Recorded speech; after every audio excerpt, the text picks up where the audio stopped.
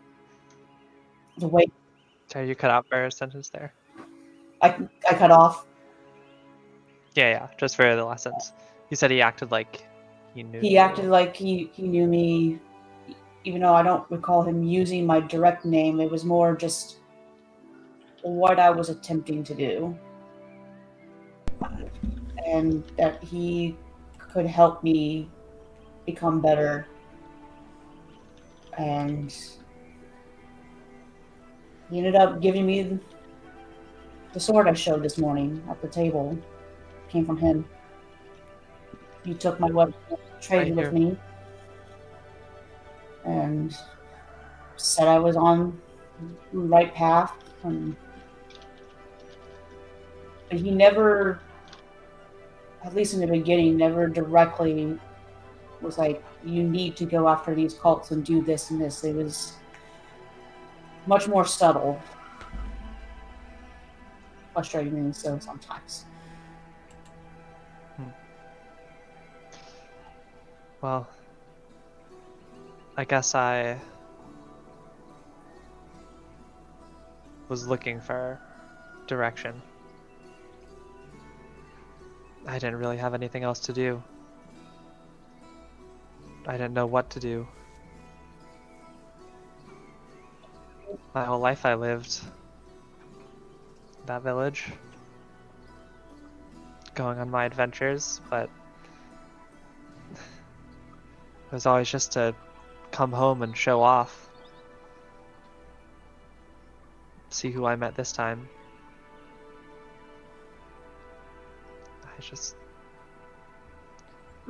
I didn't know what to do after that was gone. So I guess he maybe saw that in me. Knew I needed something. He gave you a purpose.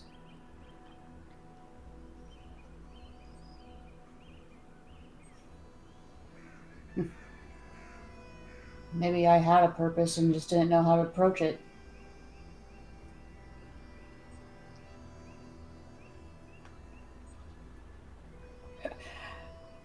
To be fair,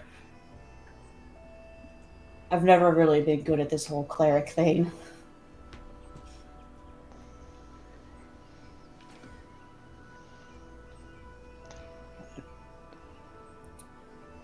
I don't know if you want to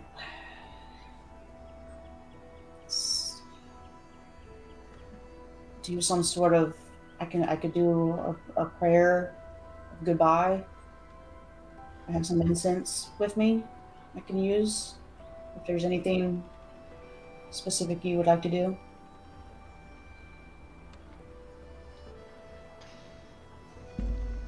I like to watch. I think all my friends would too.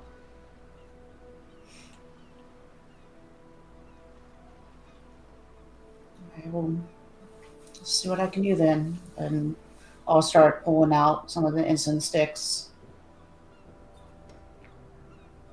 I'll take a look across the pond at where he was at, kind of replaying that day in my head. Mm-hmm.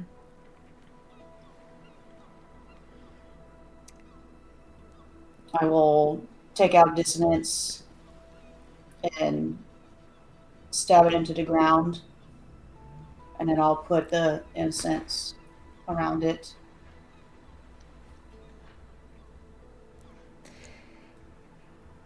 Is there anything you'd like to place at least briefly? I mean, I'm going to take this sword back, but it was the one thing I had a connection to him through.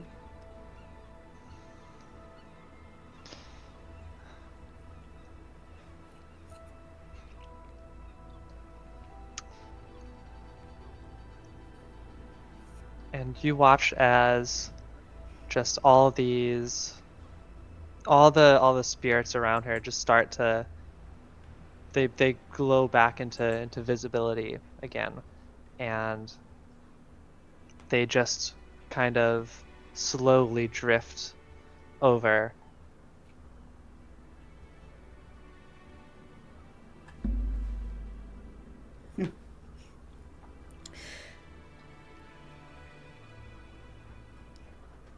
And then as they gather around, I'll just kneel down and then just start reciting maybe some sort of like a farewell prayer I've heard within the temples through all the travels. As you do so, you realize there were about 3 fishermen on the opposite side that have made their way around the pond. They have said nothing, but they have set their fishing rods down, holding the rods, and you notice they have each taken their hats off and have just kind of formed a slight kind of standing off to the side, seemingly understanding that there was something significant that the two of you were doing here. Just kind of a fisherman's connection. And the 3 of them walked over and kind of just stand off to the side as the 2 of you do this. Their heads bowed, hats to their chests, just kind of watching. And as you start praying, all the little motes of light start taking shape, start taking form into different animals. One turns into, looks like a statue, a nymph, small sprites. They all start to grow into these kind of silhouettes of light, all just standing or floating in respect.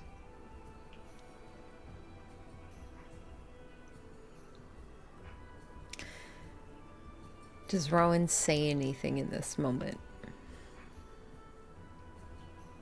I just continue with the genetic prayer that I know, but take a look and see them and just have a little bit of a quick spark of just interesting of that's the connection or potentially a connection to Durgan and the beauty in it. Mm-hmm.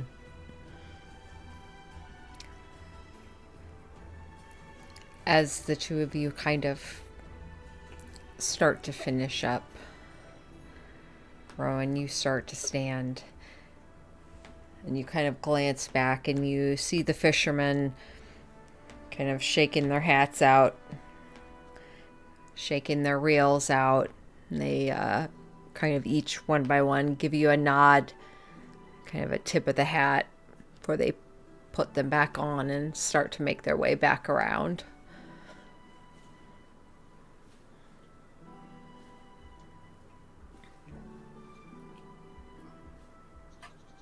And I'll reach and pull up a sword and wipe off the dirt at the end.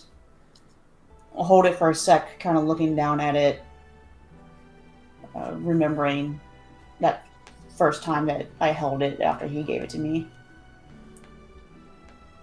And put it away. And put out all the incense, because I'm not starting a forest fire. Doing your due diligence. You stamp out the incense, normal incense, and yeah, you all have a quiet, peaceful moment at the pond, just in remembrance.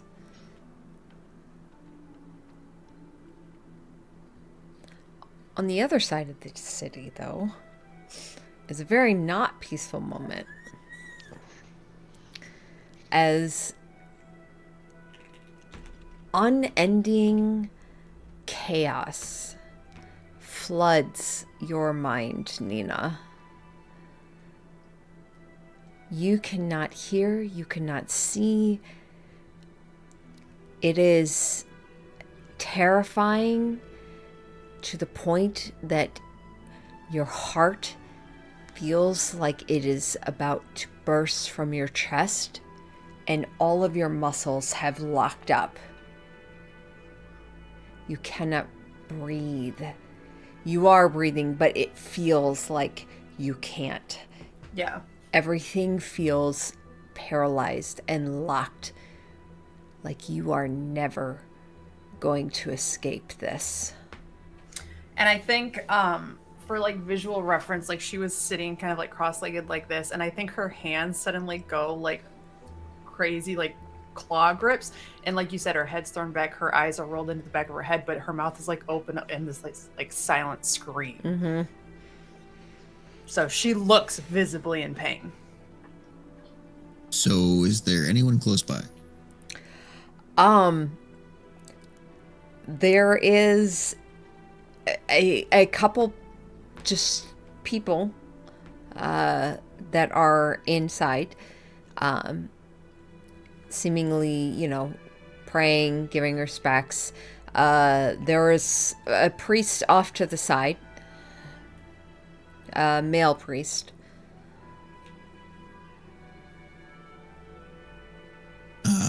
Okay. He'll basically just I guess, dart to the male priest and grab him and just, can Well- you heal? I'm sorry? What? Can you heal? I have some capabilities. It's small, but it is. I'm Is not someone gonna hurt? Bible strength on this one. He's literally just going to him and I appear in front of Nina, basically, with how fast he's moving, and he's just holding him right there. He, eyes start rolling. He's like, oh, Lord. What? Am I being kidnapped? What? Oh my God. Gods. What? Is she all right? If And you're going to ask stupid questions, this is going to take twice as long. Heal. He looks at you, looks at Nina, and he kind of shakily drops to his knees in front of her, and hands kind of held up for a moment.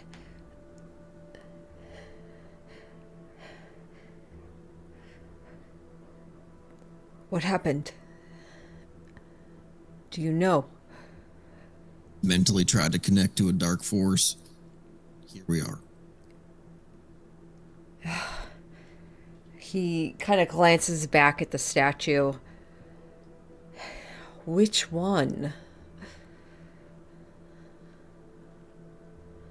An ancient one that is not here, and you don't want me to say the name. Because that's how we ended up here.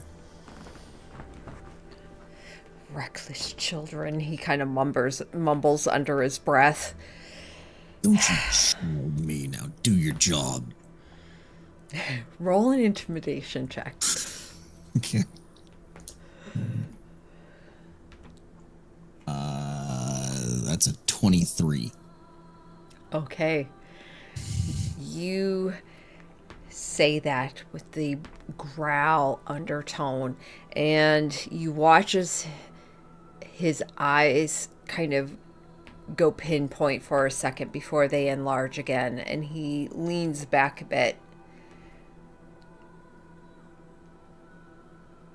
I will do what I can. Thank you.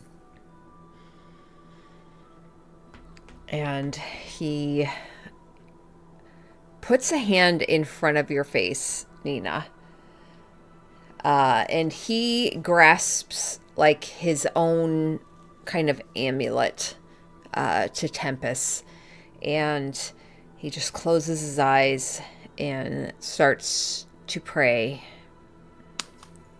You see his lips moving, Nathan.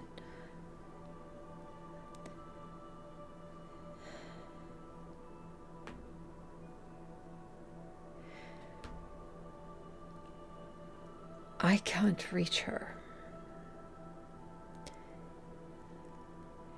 If you could give me any form of information, anything more detailed. Okay, out of character, what else do we call him, usually? Let me pull it up. Hold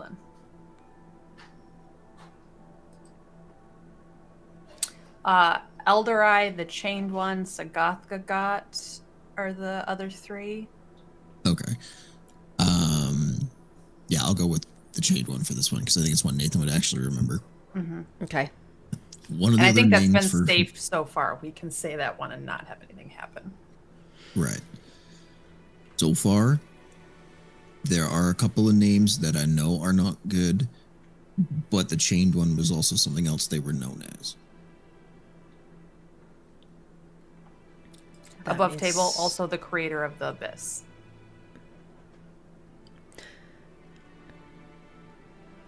Chained One. I don't know anything about them. All right. Something about they created an abyss.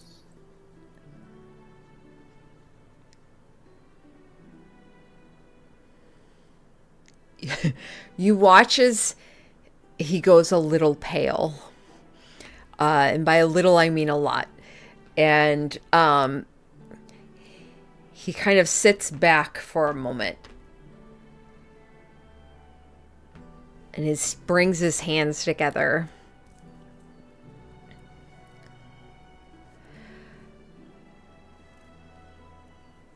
I think you need more than me at the moment. And he pushes up and he kind of backs away a bit. Okay. And he scurries off. I was going to say, before he starts to scurry off, Ethan is kind of not glaring, but looking at him piercingly is the best way to put it. When his eyes start to glow.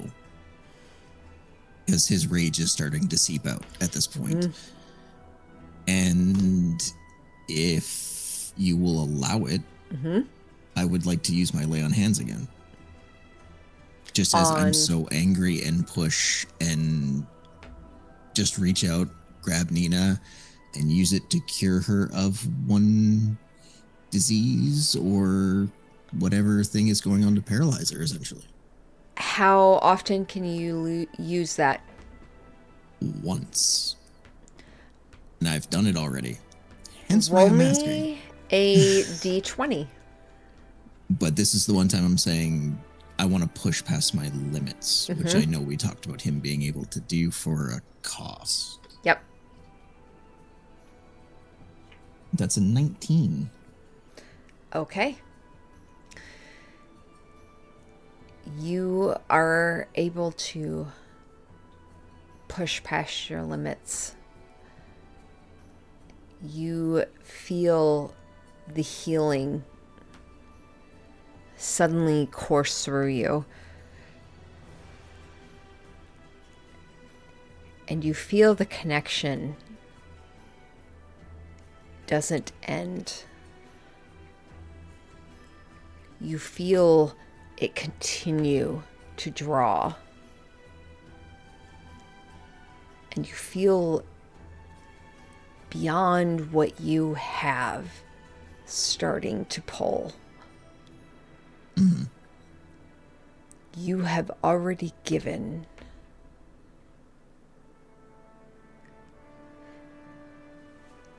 some of yourself, significant parts of yourself. As you start to give more, it starts to take from you. And whether you try to pull back or not, you feel yourself almost drawn forward as you fall to your knees in front of Nina. A moment later, you hear a snap. And you feel a sharp pain in your arm as someone comes forward and you see a figure standing above you.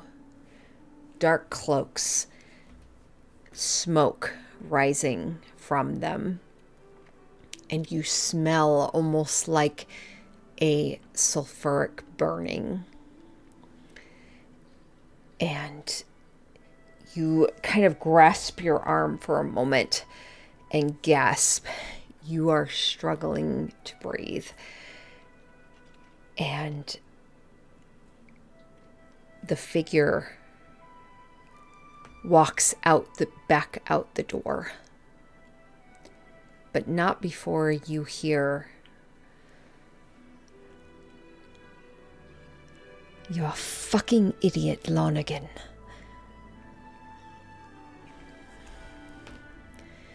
And you feel something pressed into your hand before they rush back out the front door, smoke trail following behind them. And as you are gasping for air, Nina,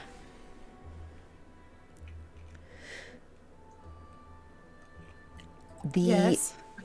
extensive shrieking, babbling sounds, just chaos. Your mind trying to make sense of it. There's nothing to be made here. There is no form. There is no substance. Everything is chaos and undone. And for a brief moment, you feel a tether at the back. This is not the first time you have felt this. It is the only form of comfort you have felt in a while as you instinctually reach up a hand, the fist grasping around that tether, and you feel yourself yanked backwards. The voices go forward as you are yanked backwards, and you feel yourself come back. It is blissfully quiet here, despite the soft murmurs and gasps of civilians within this temple who are standing and kind of watching all of you. You see Nathan beside you, on his hands and knees, head ducked low to the ground, sweat pouring off of him. And looking slightly paler than normal. I think I immediately kind of lunge forward, kind of crawling to close what little distance there is, and just hug him. And when I do, I will cast Cure Wounds, and I'm going to twin spell it to cure us both. And I'm going to do it at 4th level. Mm-hmm. Mm-hmm. So...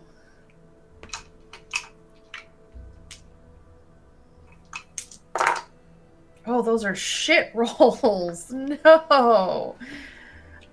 Yeah, that's a whopping 12 hit points back. Okay. Nathan, What would you like me to roll for damage? I want you to roll me a d20. Okay.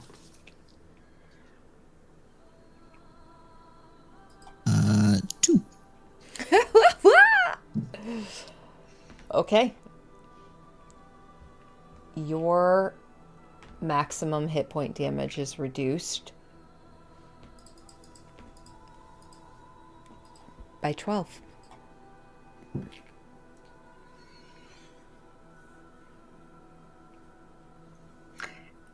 And I think as she just hugs you, like it's an impossibly tight hug, like a life, like I'm clutching on for dear life, right? And she's just like, I'm sorry, that was such a bad idea. Did I hurt you? Are you okay?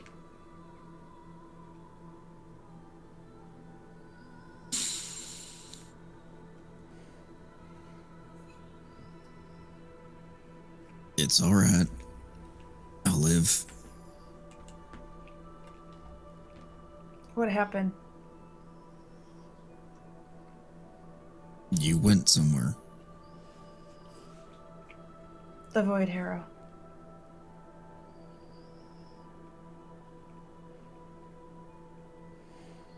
Had to get you back.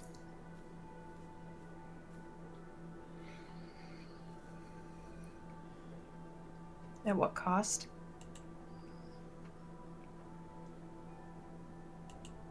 My arm hurts.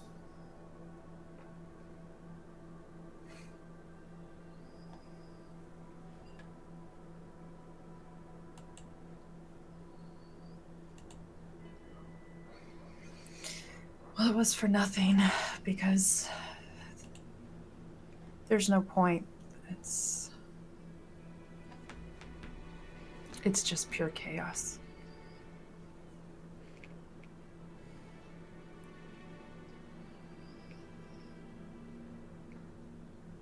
That's disappointing.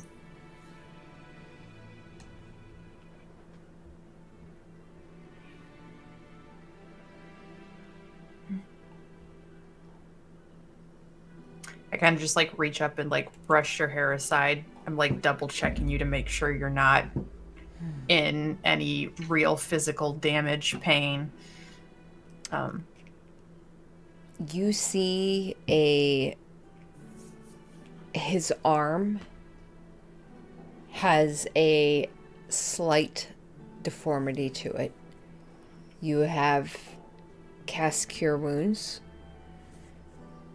The bone snaps back in place, but there is some spidering to the skin, like a permanent damaged area. You're gonna have another scar because of me.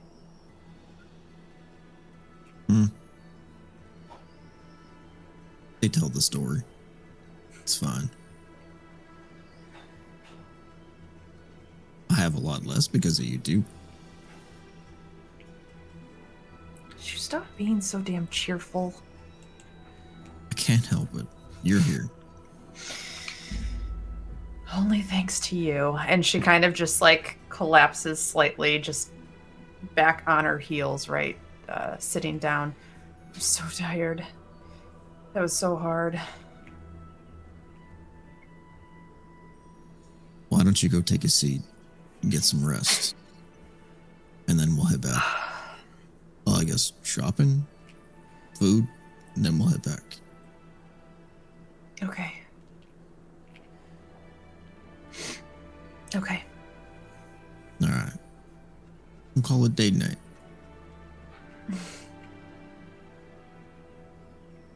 Yeah? Yeah. I haven't had a chance to take you out to dinner yet. I'd really like to. What was spaghetti? Let's stay home dinner. That's not go out to dinner. Oh, okay. Showing off? I don't know.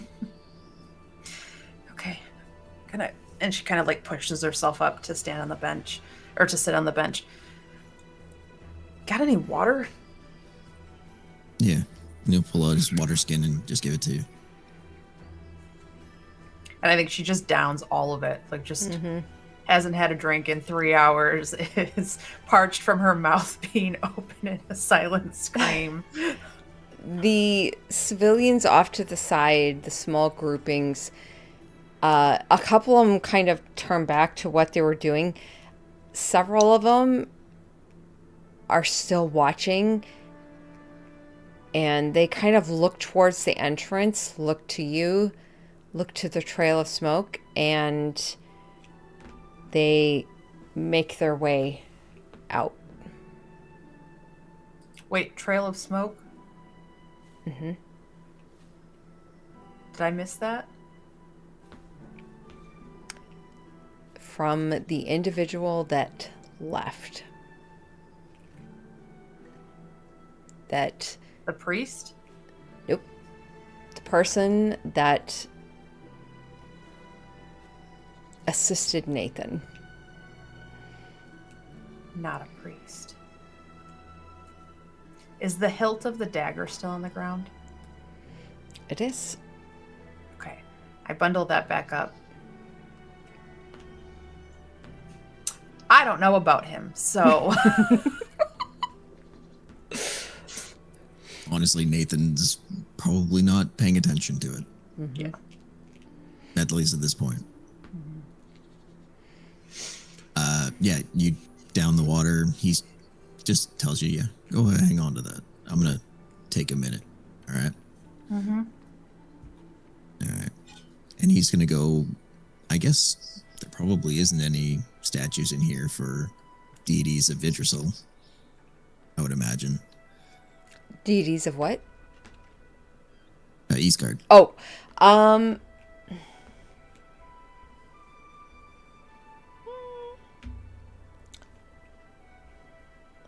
there's quite a few in here.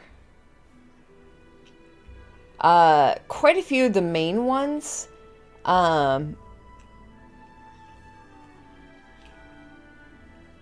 Which one are you looking for? One in particular? The one... Yeah. Yeah, yeah, you would find one for them for sure. Okay. He kind of walks up and looks it up and down, and it's kind of like he giggles almost a little bit, like, yeah, they would build you a statue. And he kind of walks up to it. Oh, this has been a while. All right. And you pull out Life and Death and kind of put them down on it first, and then drop to one knee and kind of hold his head down a little bit. And he winces because his arm's killing him. Okay. And then he changes to Celestial for a minute. Oh. I know it's been quite some time since I reached out to you. I don't expect a response from you after everything that's happened. You tasked me with the protection of our people, and I failed in my duty entirely. I didn't even have the dignity to die fighting with the rest of our people. I gave it my all, and it wasn't enough. Since then, though, I've done my best to live out my life with honor, integrity, and kindness to the people that were deserving of it. I have selflessly given everything that I have to protect others that were in need. I hope that was enough to make amends, or at least begin to. Then there were some trials I've endured over these years, long years. Those trials caused me to forget who I am and the reason you chose me. For my failures, for my shortcomings, and for my forgetfulness, I am truly sorry. I remember a time when we talked about reasons we fight to protect. You went on to tell me how every soul in all the realms is connected in some way. Not unlike how Yggdrasil itself connects all the realms. Those connections are the reasons we fight. There are some souls out there that are more connected than others. These souls don't feel like a connection, or fulfillment even. They feel like they are one and the same. Same as you, same as your own soul. They're so special that the feelings you have towards them go beyond what words could ever convey. Those souls are the most important reason to fight. Well, I wanted to tell you that I found mine. And after all the time I served, I followed every command you ever gave me. I have selflessly pushed forward with no regard for myself, and in all these years, I have never asked you for anything.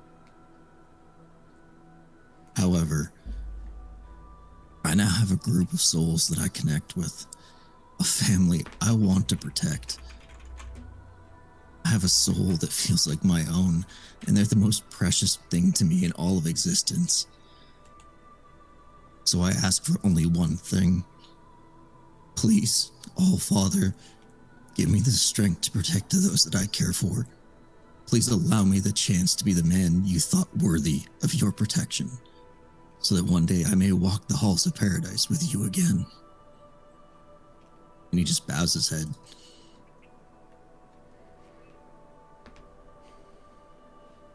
You see the shrine before you of two hands, wrists crossed with fingers pointing downwards.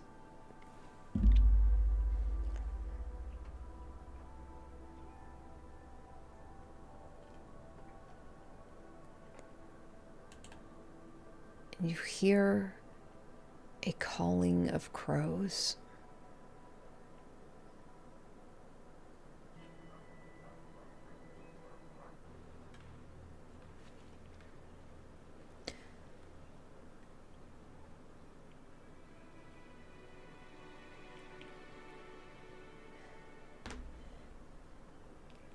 You see the simple form of stone.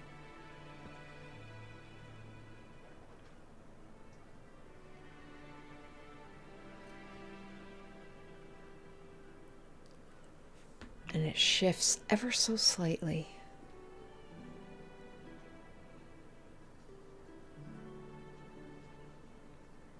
And you see briefly the forms of life and death.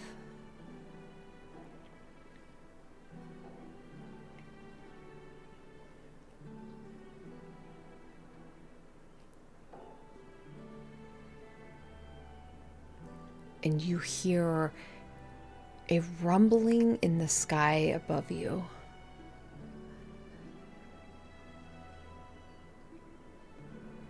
Seek.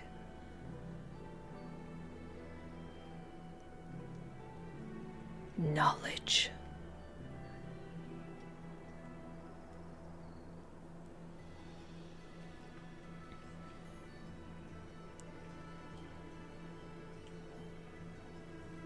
And the vibrations at the edges of your vision kind of solidifies once more.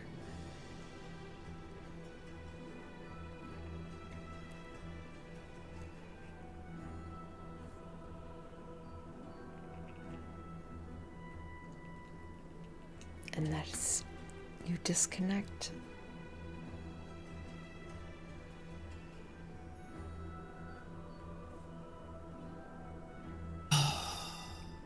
He'll stand up, reach out, and grab life and death and reholster them both.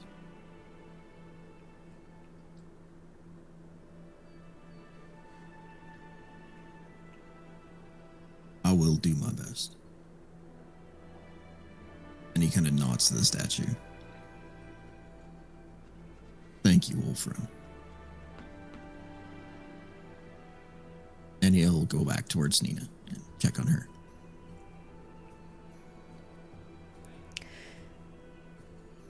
Cutting away. Rowan and Tempo. I guess we could cut to Chara and Parsonus, but we know what they're doing. So, Rowan and Tempo, what are you two doing as you make the trek back from the pond back to Red Larch? You know the Manta Rose is just on the outskirts. What would you like to do?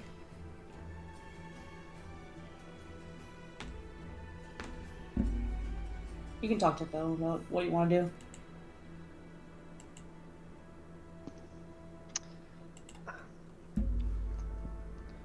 Well, it has been a while since I've been in a town, so I do need to buy a little more paper and journals, but there's nothing else I really need.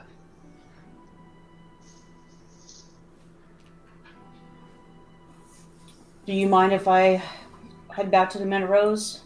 Do you need some company? Yeah, that's all right. You can head back.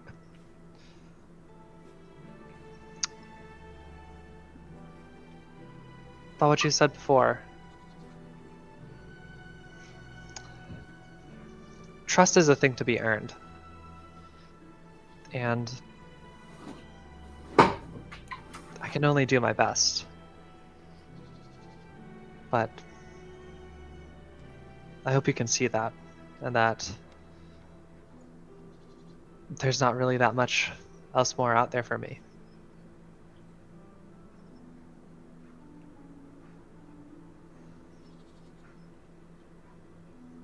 Things come in time.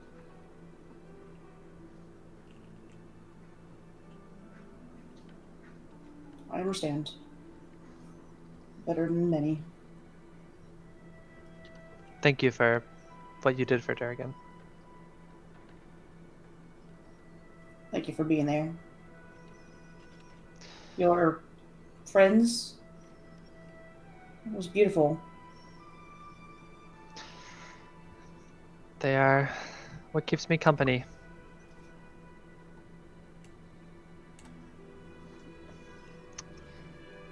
I can't help but think that if Durgan appeared to you, appeared to me, it seems unlikely that we'd be the only ones.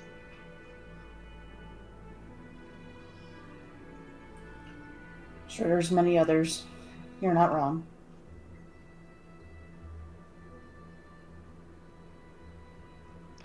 I guess they'll just never know what happened.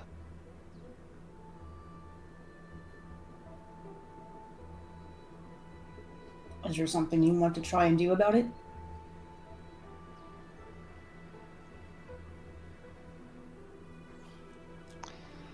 I can't think of anything. Just makes me sad.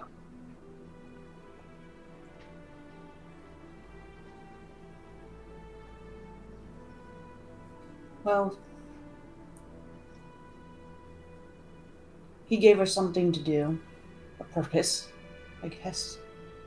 For some. And our paths have now aligned. I already shared a connection with one person in our group. So I'm going to say it can't be another. I just wanted to be clear with you of where my heart and my head is at to a degree, because I've made some poor choices by hiding away some of my feelings from those around me. And I don't want to do that anymore.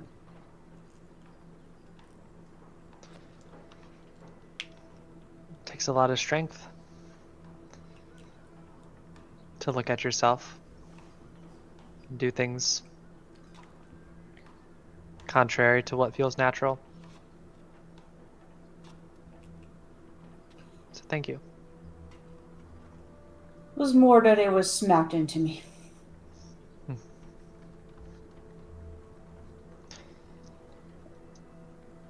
Well, Nina and Nathan, I think they've saved me far more than I've ever saved them.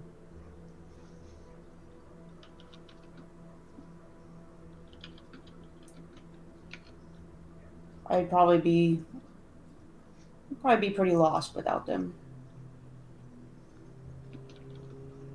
We all need people.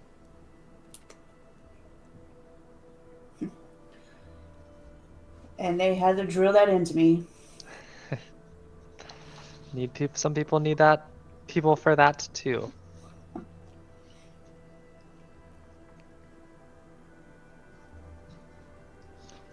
Well, I do look forward to getting to know you. As do I. To you. Just don't let these people think you're just a child. Don't worry. I won't let them keep that thought for long. I'm going to go ahead and head back. There's some discussions I want to have about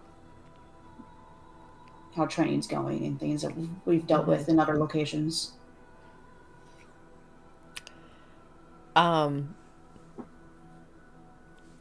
Nathan and Rowan,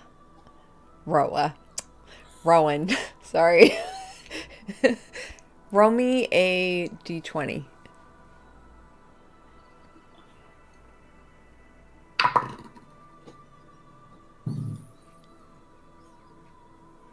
Three. Okay. 13. Okay.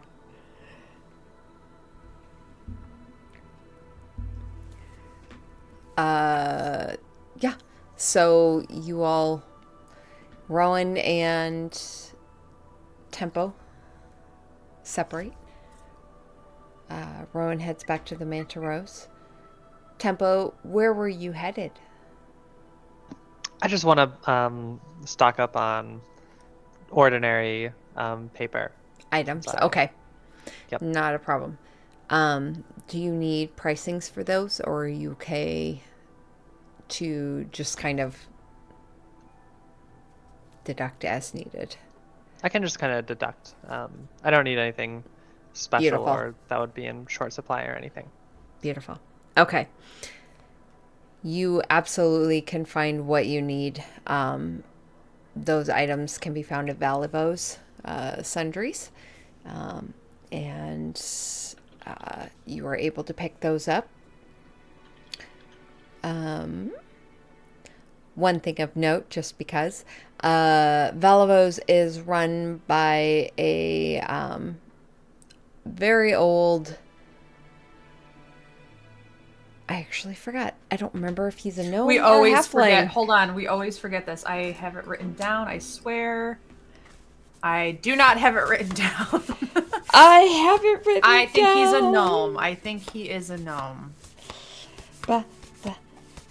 Hold on, I'm getting close. Where is it? No. Nope, Because that's Corbett. Gulliver's a halfling. Here it is.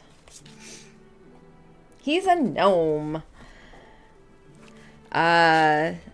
Yes. He is a gnome with big, very large spectacles. Has a very methodical clutter to his shop. And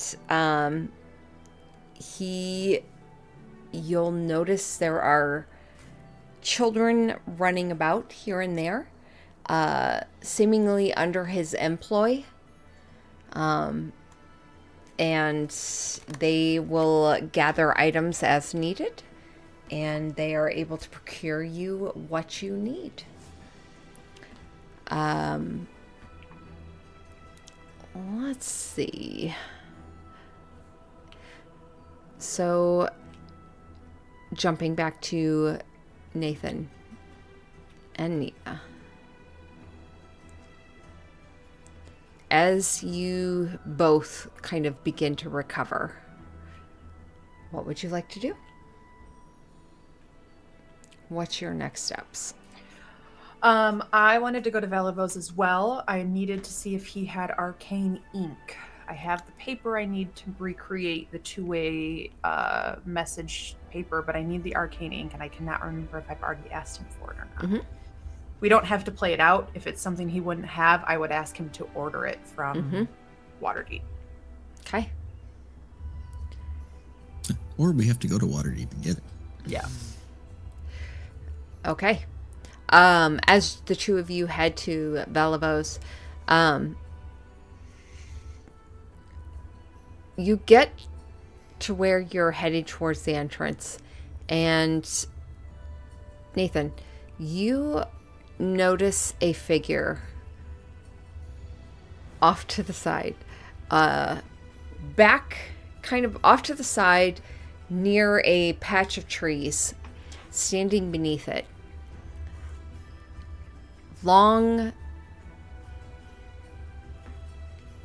black duster, black clothing, long wide-brimmed black hat with a black veil, like a sheer black veil that just kind of drapes over it. Leaned back against a tree, one leg hooked back, just kind of standing there. Nina, do you see the gentleman by the tree to my left? Do I? As he directs your gaze, yes. Yeah. Okay, I'll be right back. And he just goes. Just full dash right to the tree. You head over there. The speed as you just stop right next to the tree, the veil kind of pulls back a bit, just lifting just enough that you see the pale face just beneath before it settles once more, and the figure unfazed, head just kind of tipped a bit. You still see slight trails of just kind of smoke as the individual, a female, reaches up and just kind of pats at their arm. He just smiles when he stops. So, how's it going, Fausta? You took your fucking time.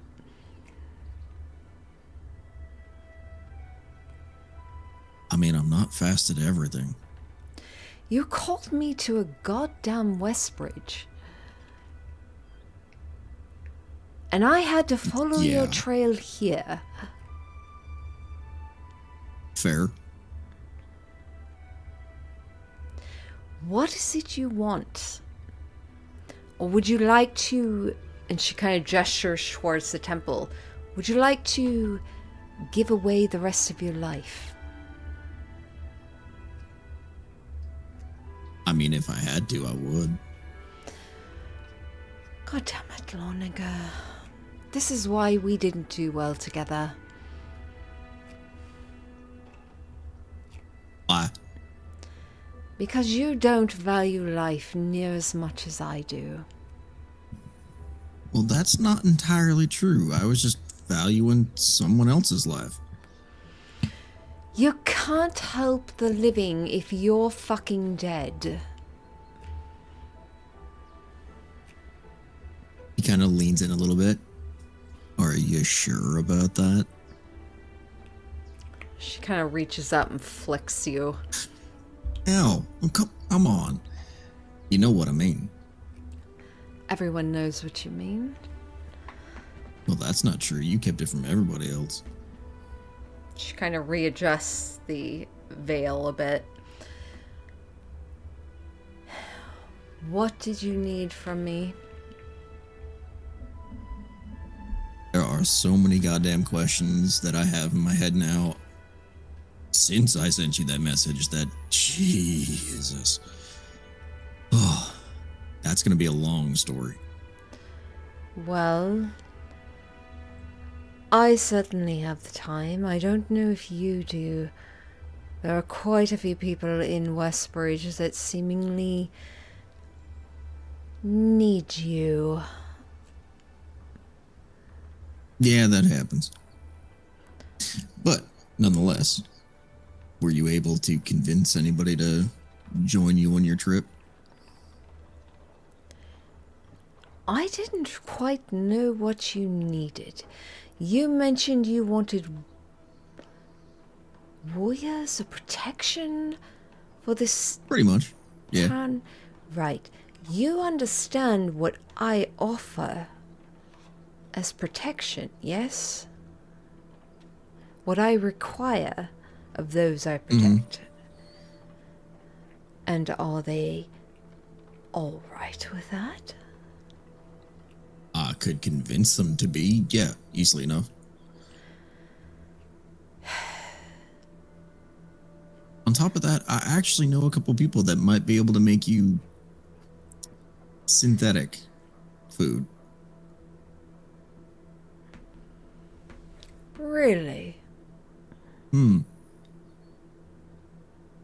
Little one named Kippen, living in the town currently. Oh, yes, we've met. I'm not surprised by that. She's the I am one terrified. that wanted me to tell you. She has things she needs to talk to you about, which is Of what course she does. sent me here. I was happy to wait for you in Westbridge because that is the message you gave me, and that is all understanding. However, she was very insistent. All right. I'll tell you what. There is an airship, and he points in the direction that way outside of town. That's how we travel. Westbridge will be the next stop, and fill you in when I get back there. I have 2 important matters to deal with first.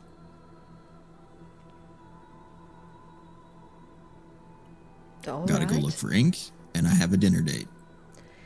Fucking ink and a dinner date. Of course. Where would you like me to meet you? Airship. Would I be welcome aboard? I'll let them know you're coming. And they will verbally allow me aboard, yes? I will specifically ask the captain to verbally allow you aboard. Thank you. Yes. I love you. It's been too long. Enjoy your date. Thank you. I'm going to enjoy my time while I still have some. And just so you know, Ellie, this figure of clearly darkly draped gear, black hair, pale skin, with some white tattooing around the eyes, black veil, wide-brimmed hat, just moves forward and heads across towards Samantha Rose. Now I'm just So- imagining Lady Dimitrescu because he said the hat. Right. He'll start walking back towards Nina. Hestava, if you're there, Yes. there is an associate that I've worked with before on her way to the ship. Mm-hmm. Good being. I don't like how you phrase that. Yeah. Trust me, you're not gonna. Nonetheless, she is a good person, being, however you want to put it. Can you go out to the ramp and invite her onto the ship? Actually, you probably have to get Parsons to. It's his ship. Anyways, give her permission to be on board, please. Just because it's fun. Roll a persuasion check.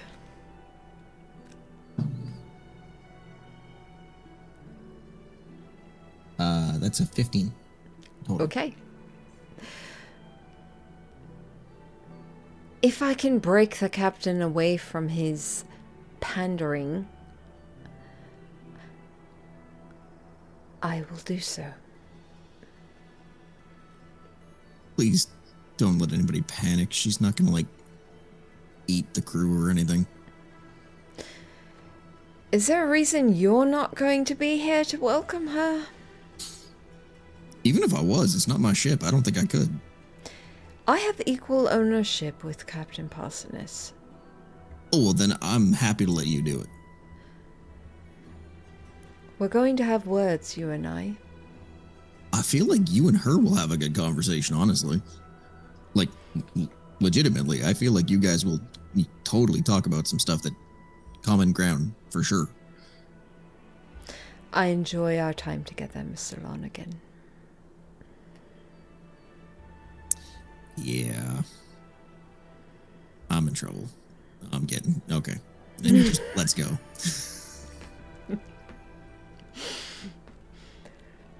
I believe Rowan and Chara have the other earpieces, although Chara's is probably not in. But Look, there was a roll that happened earlier. You don't want to hear what's going on there. Yes, I do have the other piece there. Oh boy. So... All right. Sorry about that. friend? That was Fosta. She Oh. says hi.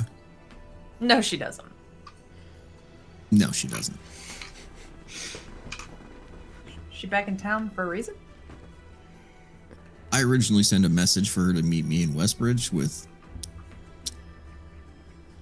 combatants when we were still looking for cards for the town Oh. Okay. / soldiers. Nonetheless, yeah, apparently Kippen wants to see me somewhat bad enough to make a deal with her to come get me. So I sent her to the ship. Yeah. You I'm sure gonna he's- get my ass kicked when we get back. Oh, all the more reason to stay out and have dinner. Oh, that's the reason why I'm not going back with her. I told her I had important things to do.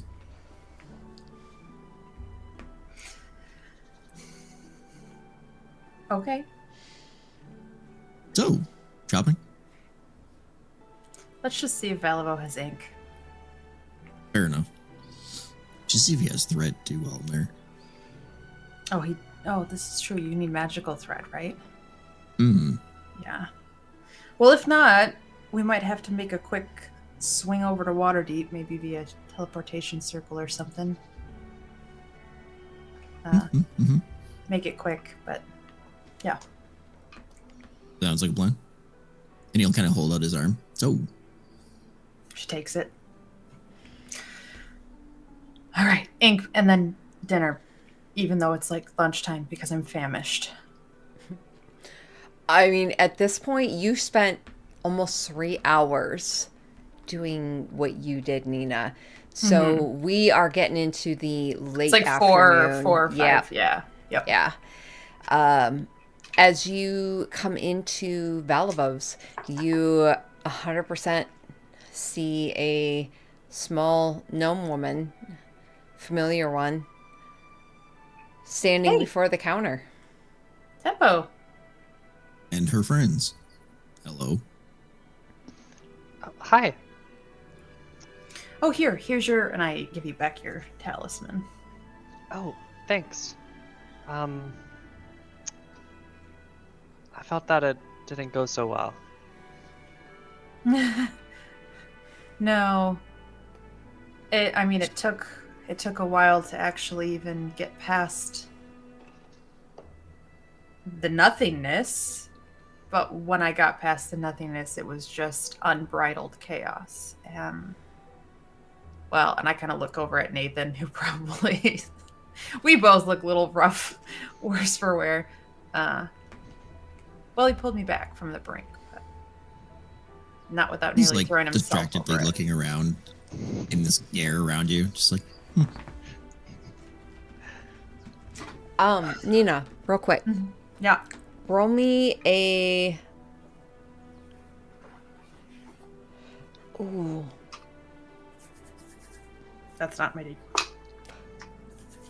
Either vibe or perception. I gotta scroll down. Five. Both of them are plus. So it's It's a 17 plus 1, so an 18. You get a sense as you mention Nathan. His tether to the world feels slightly less strong. Mm-hmm.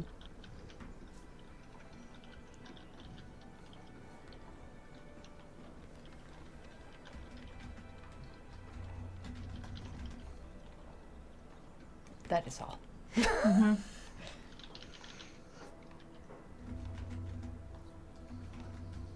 Yeah, he and she kind of does like a little bit of a pause, noticing that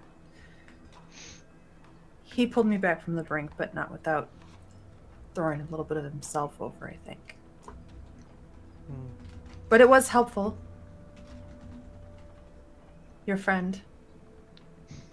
Glad to hear that.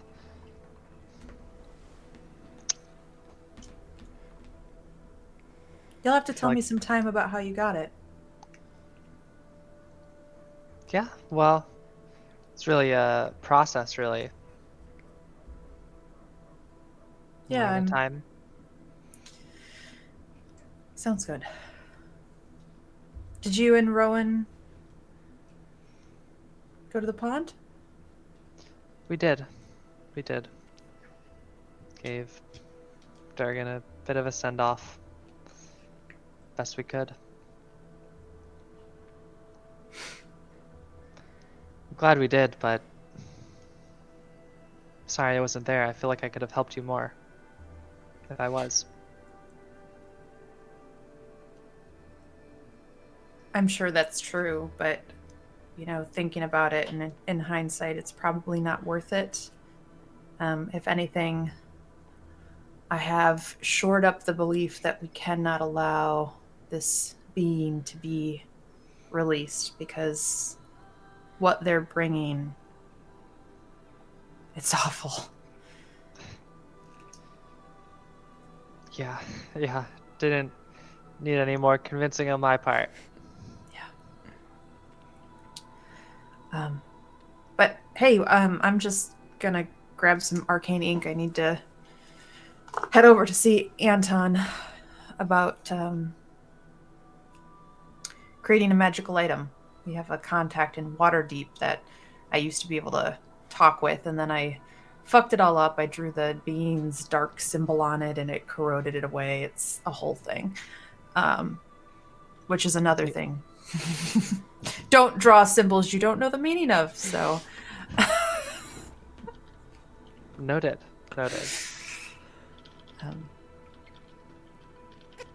Did Rowan? Where's Rowan?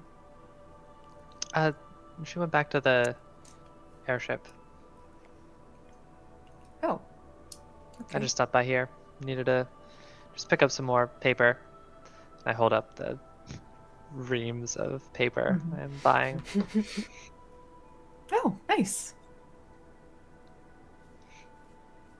Are you planning on sticking around?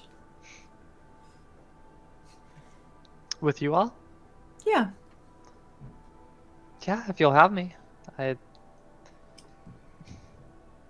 don't know anyone else really working to stop people who destroyed my home from destroying other places. Fair enough. Well, you're in luck because the spot just opened up. There's a hint of bitterness in her tone about that.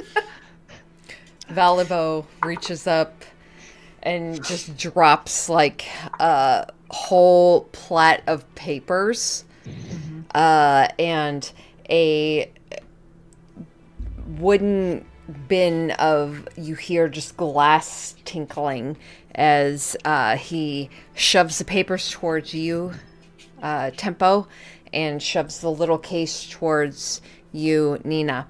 All right, paper, and then we've got some magical ink straight from Waterdeep. You asked if I had any last time, and I said no, but guess what? I have it now, because I ordered some. I figured if you're going to ask for some, Surely there's going to be others that are going to be coming through town asking for some. And luck be have it, you came back and asked for more. You're the best, Bellevue. Thank you. I am.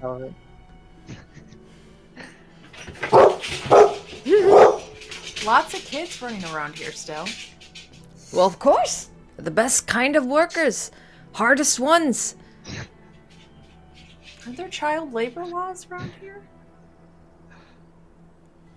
You're getting paid. Far be it from me to question anyone's business. They have no life otherwise outside of here. They're orphans. They needed work. They needed a way to sustain themselves. Don't judge me. Nope, no judgment. I'll just take my ink. How much was it? He looks back at a book.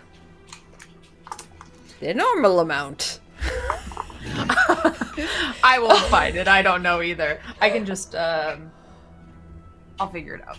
I'll look for it too, yeah. We'll find it together. That's something wizards have to do, right? It looks like regular ink is 10 gold, so... Great. 50 per spell level? Okay. So you're looking at about probably 150 gold pieces. Okay. And Rowan has the crab that has it in. Knowing that I was coming here, can I have retroactively grabbed some? Okay. Yeah. Cool.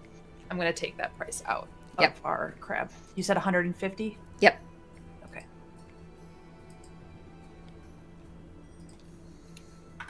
Okay. Thank you. You're welcome. And it should last you for quite a while. It may or may not. We'll see what Anton can do with it. No, what is his name? Antono. Antono, not Anton.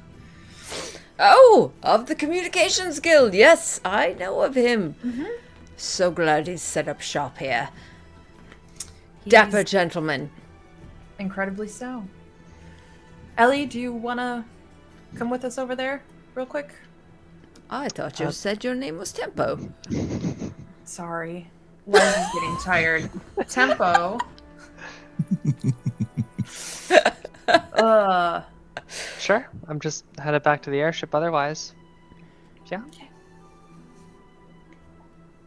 Yeah, I think we would take her over to Antono to introduce them. So, think I do you met- think you'd be able to make 2 of those little books with that much ink? And your don't know. paper? I guess we'll find I out. think I'm. Yeah.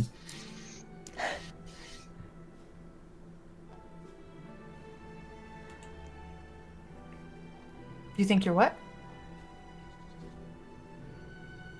Oh, did I cut out or? Yeah. Yeah, all we heard was, Okay. I think I'm eh.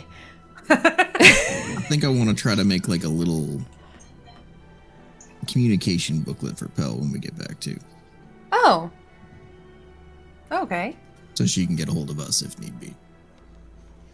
That's not a bad idea. Pell is one of the kids that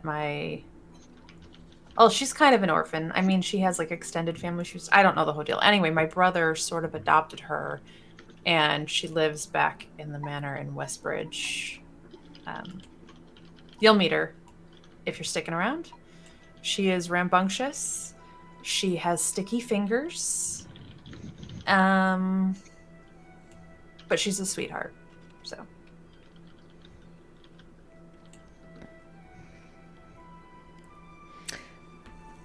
All right.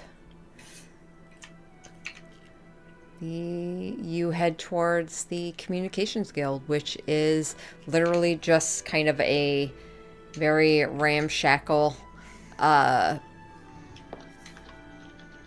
like a lean-to at the Thank moment, you. right? A lean-to over like a little apartment room near the back, and you see Antono sitting there, kind of twirling a coin between his fingers as he seems to be reading a book, sitting on a stool.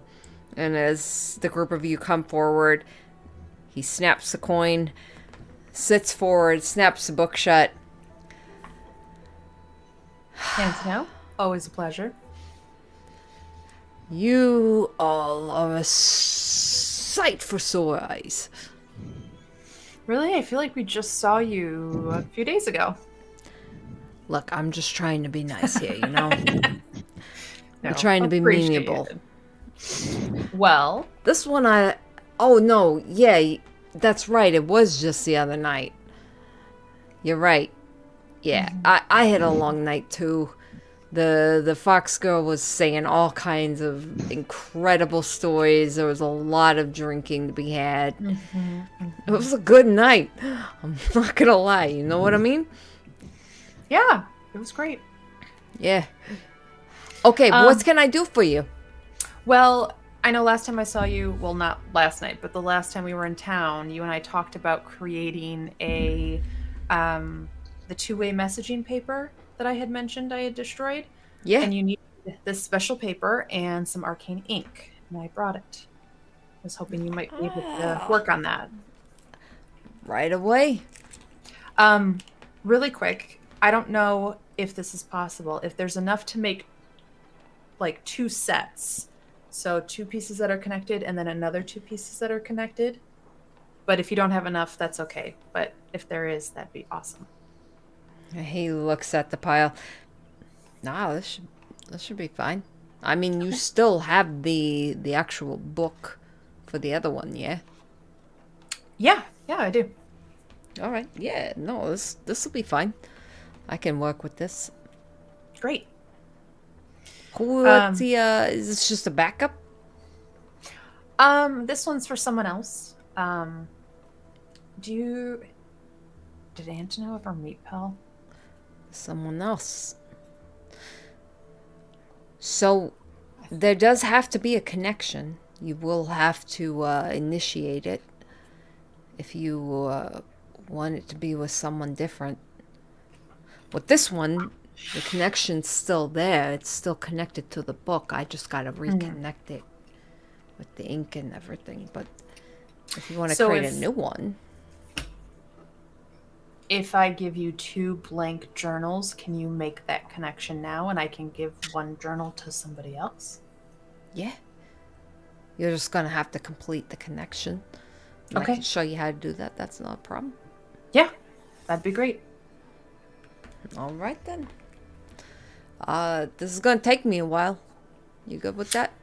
Yeah, no, how long you think? We're gonna go grab dinner, but...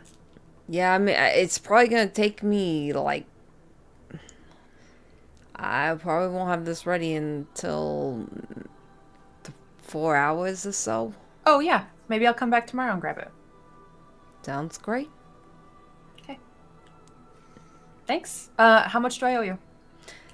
I mean, you procured most of the items here. It's basically just paying for my time at this point. We're talking about maybe like 75 gold. You got it. And I give him half now. 35 now. And then I will do the rest tomorrow at pickup. Pleasure doing business with you all, as always. Tempo, did you you didn't have anyone you needed to... You send any messages to anyone? Anyone you need any communication sent to? Nina immediately just like eats her words. Just, I'm sorry. That was really insensitive of me. It's okay. No, I'm okay. Thanks. Promise I'm not this much of an idiot usually. He kind of senses, and he kind of takes a step back. All right, well, you know, my name is Antonio Baghetti. It's a stupid name, I know, but I run the Connections Guild here in Waterdeep, and I'm at your service. If you need any kind of communication sent to anyone, I'm here to do that. It only costs 2 silver pieces per message, and then I can get your message to whoever you need to. Thanks. I'm here to connect you to who you need to get connected to. Thanks. It's good to meet you. It's good to meet you. You with this Roddy bunch? Yep, for now. Just picked me up a day or so ago. You'll do fine with them. I can see it on you.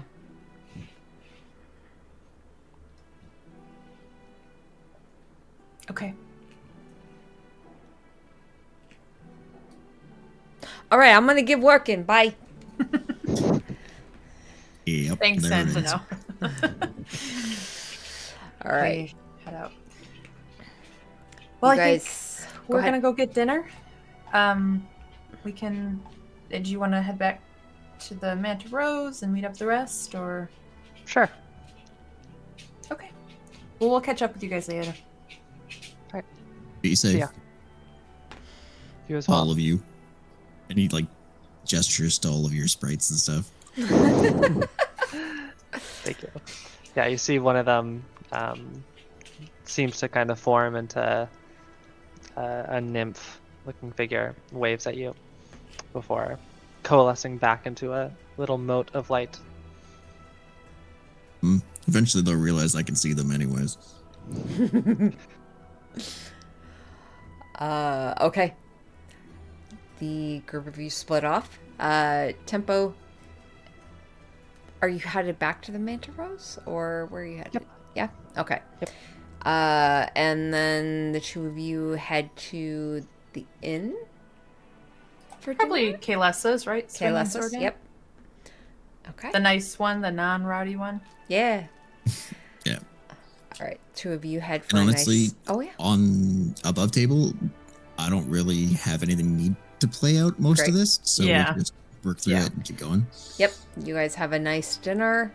The rest of you, Tempo arrives back at the Manta Rose. Tempo, you arrive back at the ship, coming on board, and you come back on. You sense a slight energy change. There, as you kind of follow your intuition, you head down to the second level where the communal table is, where meals are eaten, and you see the majority of the crew of the Manta Rose sitting there, sans Anise and sans Chara and Parsonus. You do see Ruby at one point, who after she finishes, you see her gathering food onto a large platter, which she then lifts and seemingly takes upstairs.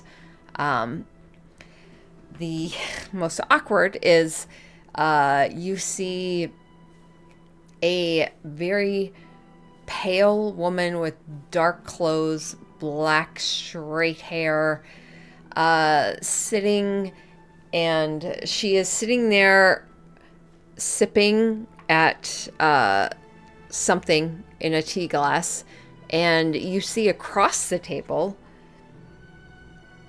Hesteba in her proper gear and dress, and she is also sipping at some tea, and they both are just staring at one another across the table.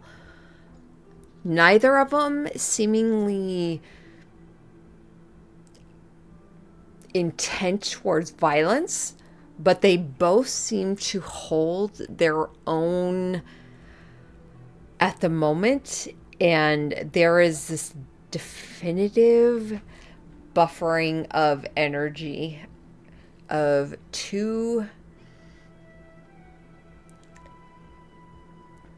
women who have their own intentions and have no intention of giving at the moment, and everyone else at the table is just kind of making light, awkward conversation, trying to get through.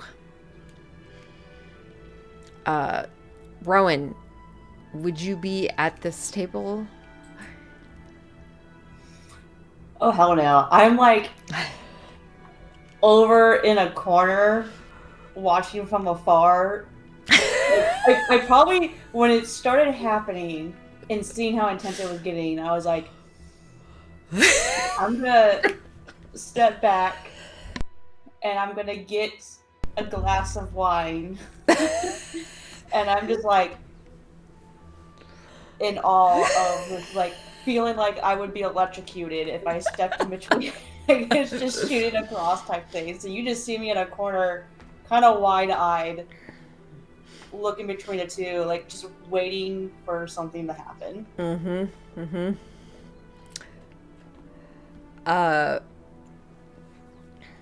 Yeah, pretty much the meal goes for the others.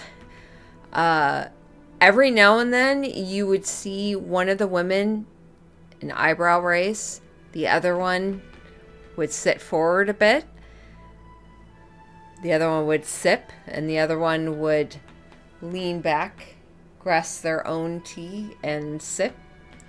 But at no point do either of them break eye contact. And eventually, the others kind of start to pick up and leave. Enoff at one point finally stands up. She picks up a large bowl of pasta, and she looks between the two of them.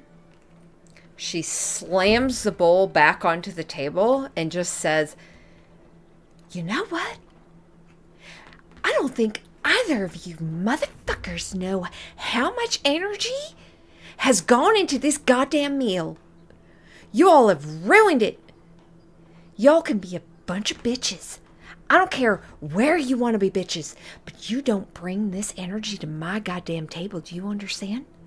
From here forth, if you want to bring this energy, you're going to take it outside. Is that understood?" And the two of them, still staring at each other, don't move, but they have kind of paused. And Enoff crawls onto the table. And as she does, her little spirit cat jumps onto her shoulders and almost melds into her and grows. And you see her hands grip into the table, claws extending with these like spiritual auras coming around. She drags herself between the both of them, her body almost elongating, and the head turns and looks from one to the other, eyes wide. "Do we have an understanding?" And both the women kind of turn and look to her. Hesteva sets down her tea. "We understand, Enoff. No need to get testy." And she stands, her chair scooting backwards. She kind of brushes her dress down.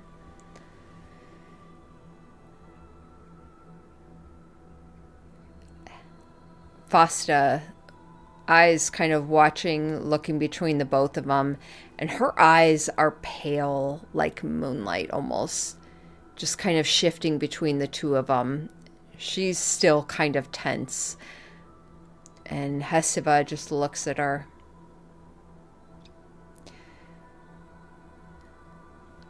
"I'm sure you'll find your way to a room. You are, of course, welcomed to this ship. You are, after all, friends of our family. See to it you don't ruin that reputation." And she turns and starts to walk off, and her eyes shoot to you for a moment, Rowan. Laser-eyed before she walks off. Fasta, her eyes kind of follow her for a moment before they look back to Enof, whose head just kind of twists and turns and looks at her. And Fasta just kind of smirks. I like this form. Of course, I have always preferred true forms. And Enof kind of shrinks back a bit, the spiritual form almost drawing back from her as she goes back to her normal. Well, sometimes people just bring out the worst in me. It's mostly just when people don't enjoy I put a lot of effort into this. White sauces are not easy. You have to understand. Butter consistency is a fucking nightmare. And she picks up the bowl and walks off. You are left alone at the table. Fasta's kind of kicked back. You notice she's still a little tense, but as Enof walks off and Hesteva's walked away and you're the only one left in the corner, you see her shoulders kind of relax a little. And she just looks over to you.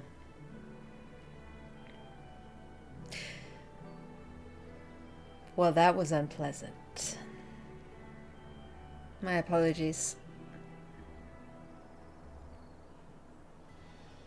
I didn't mean to upset your family.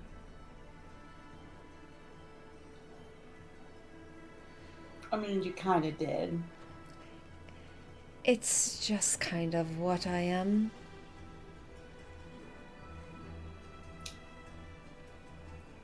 It's been a while.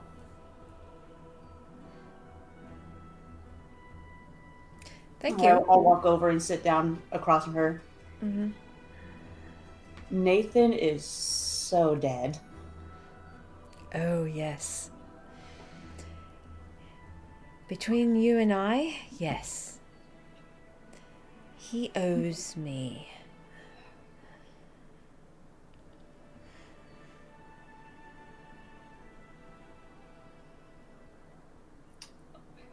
I didn't expect you to be visiting. Is this a spur of the moment thing, or? Oh no, he called me. Although he called me to Westbridge. Said he needed warriors or something for protection. Is that so? Yes. But then you all weren't fucking there, so I had to go looking for you. And your friend Kippen, yes, that's her name. Yes, she was adamant I had to go find you, and she thought you would be at Red Lodge. And what do you know? Here you were. We do like to move around a lot. As do I.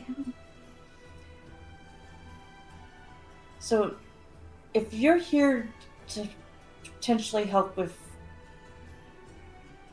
the combatants, you may want to know the one you were just basically having a tussle with by your eyes is the one that kind of is helping set that up.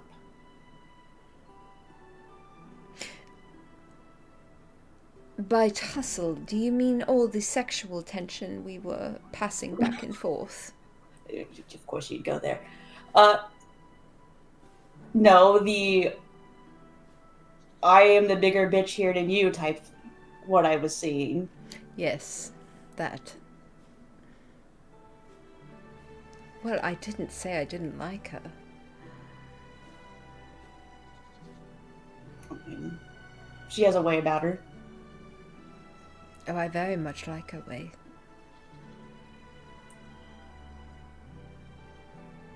But to get to the point,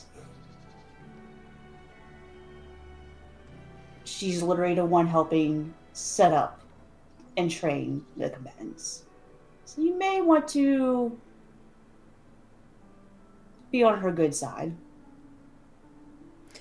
Then what do you need me for? Nathan knows better than to call me than for importance. We literally need all the help we can get. Imagine some people using a very dull blade to try and stab a tree. It's pointless.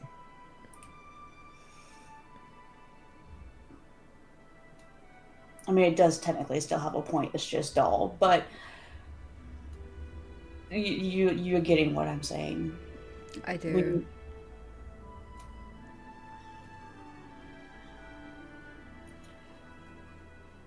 These have come in handy, by the way. Oh, wonderful. I've missed them. They've also caused us a lot of trouble. Yes, they do have that effect.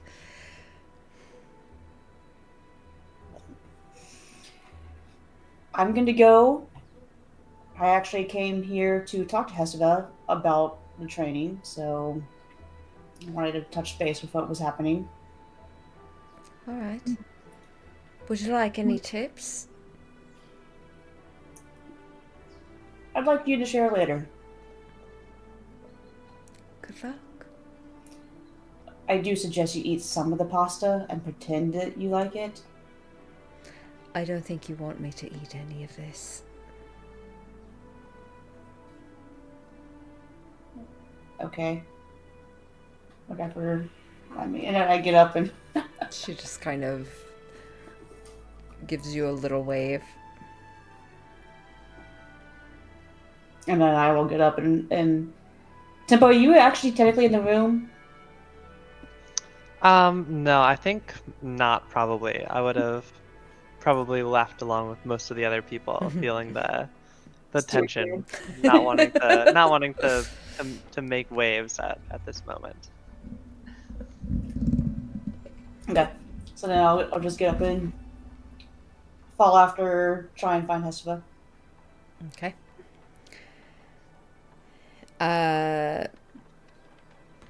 You absolutely wind up finding her. Any conversation you're wanting to have with her, particularly? Basically, I was going to touch base with Mhm. how it was going in with oh my god, I'm blanking on the damn. I kept wanting to say West March. Westbridge. I know, like, Westbridge. With everything that was happening there, just Yeah. Okay. touching base. I know we had like started talking about plans and everything, Mm-hmm. how to build better barricades and stuff, and Yeah. but we don't have to play it out. Just know I probably would have walked in and gave her a little bit of some sass about Mhm. what I walked in on. She would have entirely ignored it, and just been doing almost like neurotically, like taking her hair down, slowly, like undressing, taking things out, like just very cleaning and putting things back where they need to be proper, and just still communicating, but you can tell she is in high alpha prime mode.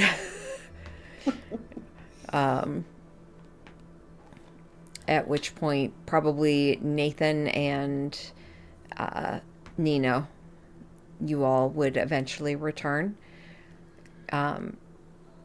Unless any of you have anything in particular you are wanting to do tonight. Nope. Okay. You all head to your prospective rooms. I should rephrase that. We do Yeah. need to let everybody know that we want to go to Westbridge next. Okay. Yeah. So, however that happens. Yeah. We'll say you easily let probably Philippe and Fennel know, as they are the ones most easily accessible in the moment. And they would go ahead and start making preparations. But it'll be after I get my papers in the morning. So, yeah. You see Tink is standing. One thing you notice Tink is standing outside of the captain's quarters. Just standing there, arms kind of like just draped at their side, head tilted, seemingly in off mode. But anyone that tries to reach around or enter, Tink would awaken and politely say no. You hear Tink's voice throughout the evening several times say, "I'm sorry, Miss Rhubarb. Entrance is not allowed. You have been restricted." And at another point you hear, "I'm sorry, Miss Briargirl. You may not enter. They have specifically asked that you stay out for the moment. They are aware. Yes, they do know. I'm sorry, Rue. I'm sorry, Rue. I'm sorry, Rue. I'm sorry, Rue. They already have this. They are well aware of the lube needed. I'm sorry, Rue. Thank you. Please stop by again. In the morning." And it's just this continual, and you hear throughout the night Rue just being, you kind of hear her voice as she continually tries to bring new things. You hear her kind of call through Tink to the door, offering advice and things like that. And yeah, and the next morning comes, everyone gets a long rest. The crew begins preparations. Everyone's seemingly recovered. Awkward natures pushed aside. And the Manta Rose starts to take off, heading to Wistbridge. Sorry, I was hitting the buttons to get my long rest. You said I got my papers from Antono, right? Yes, Okay. you would have. You would have. I didn't say that, but yes, you absolutely Just would wanted have to gotten confirm. those. Okay. Yep. So I have my journal that is now connected back to Shush's, and then I have 2 empty ones. One that we can, and he showed me how to initiate the connection to them, so that we can give Kel one, and Nathan can have the other. Right? Yep. Cool. And then I So I will believe. say at night, Yeah. before we left, I definitely would have at least attempted. We'll see if she says no. Get Hestiva to go do a sparring match Oh. in the room because of seeing the tension stuff. I'd be like, that was also another reason why I wanted to come back anyways. I think you would. I think she would restrain. And I think you would sense, as someone who is well tailored to war and battle, she knows her limits. And in this moment, she knows if she were to take weapon in hand, she would have less restraint than normal. And so she doesn't even allow herself to do so.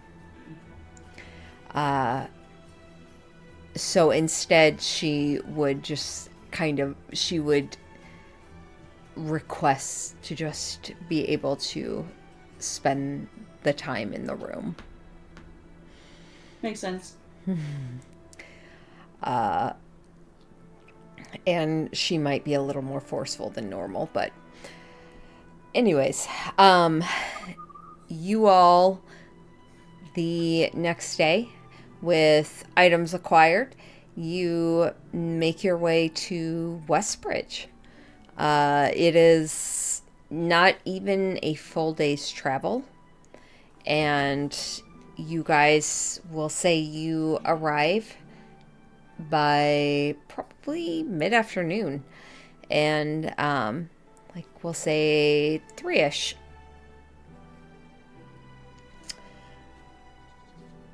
And let me get their map up.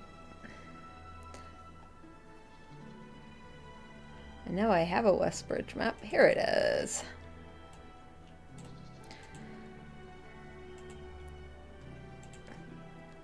Okay. As the group of you arrive at Westbridge, tempo. What you see beneath you is an even smaller, quainter little village, kind of set in its own little area. There are two cliff sides that kind of run. Very green, there's forest, and at the top of one of the cliffs, you see a mansion.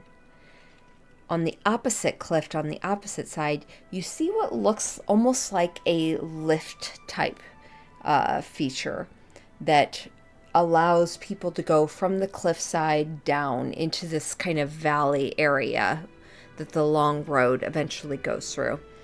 And you see a green growing community below, where as you start to set down at the top of the cliff near the mansion, you see far below a city with more like a village that is slowly becoming a town as more and more is being built on. As you all arrive at the mansion first, because that is where the Manta Rose sets down. And we are in winter, correct? For colder months? That Late fall? is a great question. Let's pull up the calendar. Yeah. Because we already did Harvest Tide. We're in Uktar, the rotting? No, we're in Nidal, the drawing down. Okay. Yeah, almost on the winter solstice. Yeah. Because you guys already...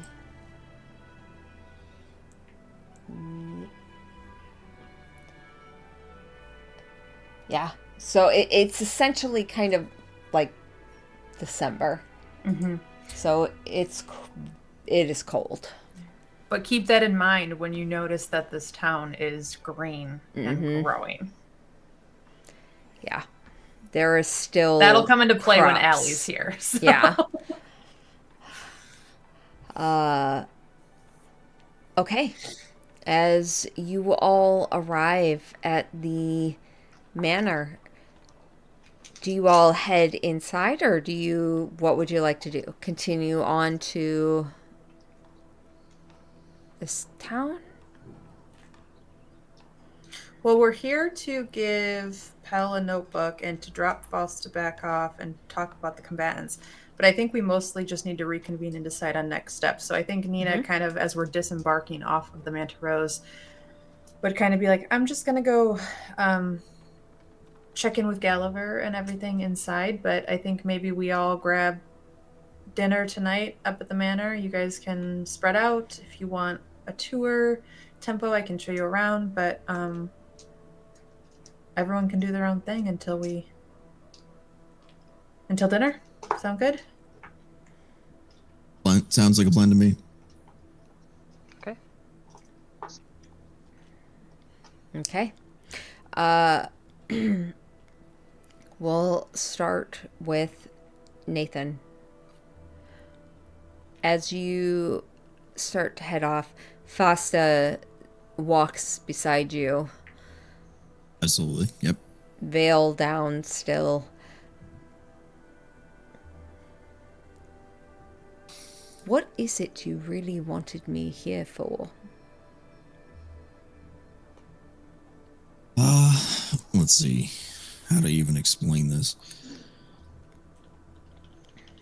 Well, we pissed off some cults. Specifically, all of them. That is extensive. Yeah. They are essentially trying to summon an old,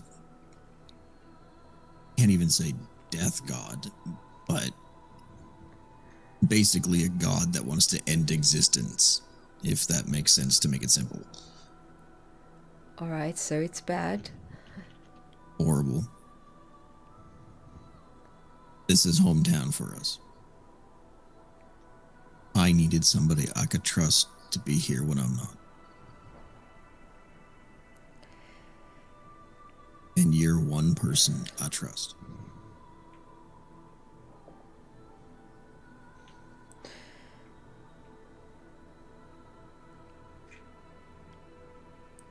You're the one person I can't exact a price from.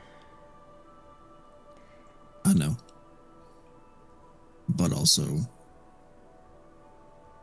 I promise I will find a way to pay you.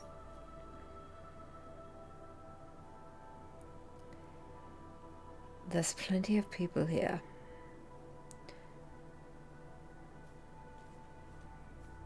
You know I never take more than I need. Absolutely. More than is willing to be given. That is the price for my protection. And I will work on that. I promise.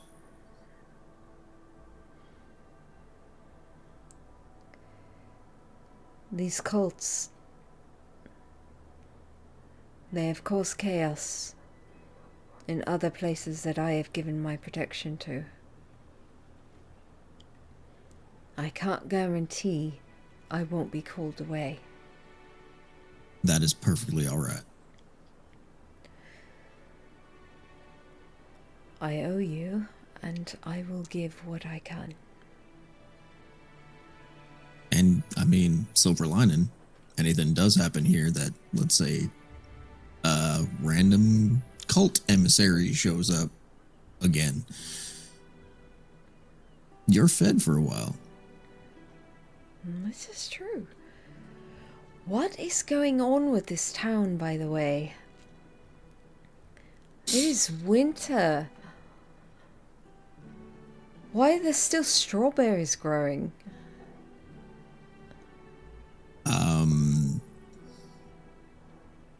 Well, you know, Yala. I have seen the chapel, yes. Honestly, that's the best answer I can give you right now. Other than, yeah, home base And- again. We're not fearful of the cult's extent here? Nope, not even a little bit. Alright. So Yala's not a problem. No.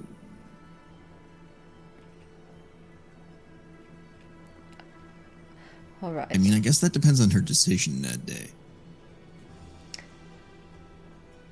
So, like a normal god. He kind of leans in and like cups his hand kind of close to her veil. Mm-hmm. Yala is Chara. No. Hmm. The weird thing is there is a druid that lives under the town that green.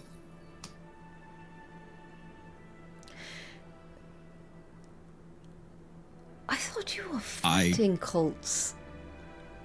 Yeah, I know. I just leaving this one alone. I mean, it's not harming anybody. They're getting food out of the deal. Pretty sure the druid's probably eating the dead, but I don't know. I have learned long ago not to question your methods. This one ain't me. I'm All just right. rolling with it on this one, if I'm being honest. It's not like I have a soul to fight for, so... Alright. I'll fight for friendship.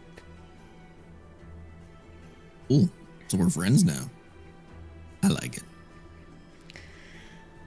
Don't demean our relationship. Fair enough. And if you do get called, by all means, go. You are not beholden to this place by any deal or need. That's what the other soldiers were for. I'll keep watch at night. They can keep watch during the day. Sounds like a plan to me. And can you please take care of the little one? Which one? The new one? The one in the manor? The one fawning over the dwarven woman. Kippen. Oh, yeah, I can do that. I'll go talk to her next. Thank you. After the other little one that I'm going to go talk to in the manor. Little one is not helpful anymore. You just hear a little kiss beneath the cowl. Son of a... And she just walks off. Take care of yourself. Tell me what to Please. do, you motherfucker. Yep, fair. And he'll head into the manor. You head into the manor. You see, it takes you a few minutes. You eventually find Pal. She is in Gulliver's office, and she is sitting on his couch with a big book in her lap, and you see her just reading, slowly, kind of speaking out loud the words she's reading, a finger going across, and you see Corbett seated on the floor, leaned back against the couch that she's seated on. He has a lyre in his lap, and he's just kind of strumming offhandedly, listening to her, and every now and then he just kind of pauses and corrects whatever she's trying to pronounce, and she continues on. And as you close the door behind you, you see Corbett kind of look over towards you, gives you a nod, stands up, grabs the lyre. I think you're done for the day. And he kind of nods towards you. Pal looks up, closes the book, kind of pushes it to the side. The usual energy is tampered as Corbett kind of walks over towards the entrance and pauses next to you and just says, "It's been a rough few days." I can imagine. "I'm glad you're back." He just kind of pats you, Good to see you too. heads out. Nobody has mentioned my outfit. Jesus. He walks forward. Hey, Squirt. Hi. He kind of like sits down and just looks at her, kind of at her level. So what do you know? I'm learning words, learning how to read. Smart ass, that's not what I meant.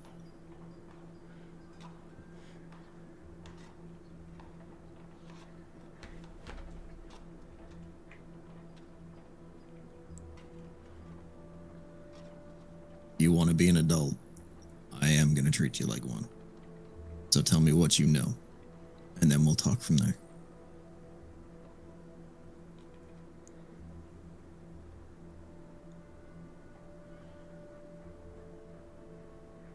He left.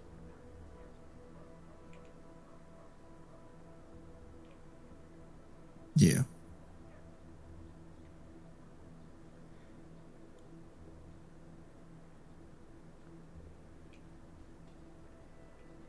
It's all right.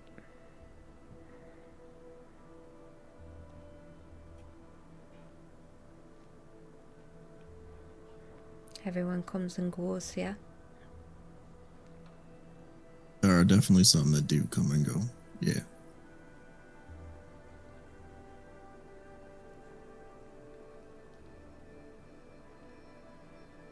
But you don't have to be okay with it, you know. That's what adults do, yeah? Nope.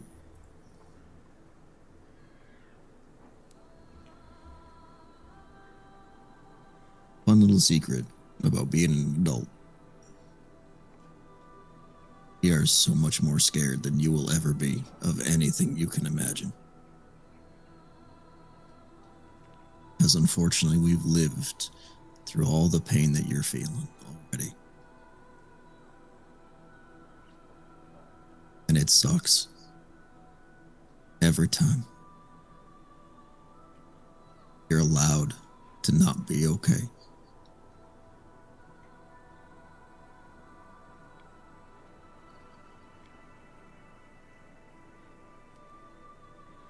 You see, kind of like, as she's just kind of looking down at her hands, some tears fill her eyes. Her facial expression doesn't change, though, as she kind of twiddles her fingers a bit before she kind of sits forward and just kind of leans over and shifts so that she's kind of leaned with her head against you.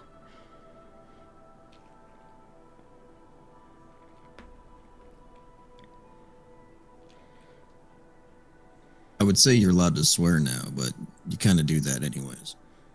Yeah, no one's gonna fucking stop me from swearing. Grandma tried to stop, but I don't like fucking feeling this way. That's fair. I wouldn't either. But sometimes it does happen. It just doesn't So seem I- to stop. So funny enough, I had this kind of the same conversation with a really pretty lady lately. He did leave. But he only left the area.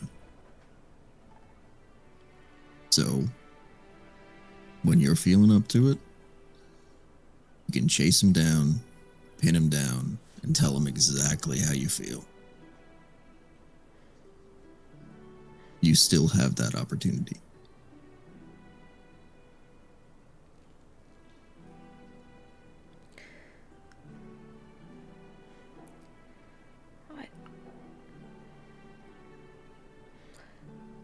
I have a lot of words.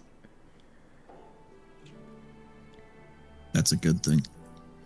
But they're all curse words. Not as good, but that's alright. You're expanding your vocabulary, so it's alright.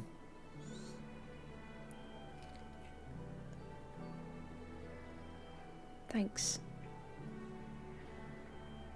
Anytime. Thanks for coming back. I promise I will do my best to always come back. But I'm promising my best. I guess that'll have to be good enough. It's the only promise I can make for certain.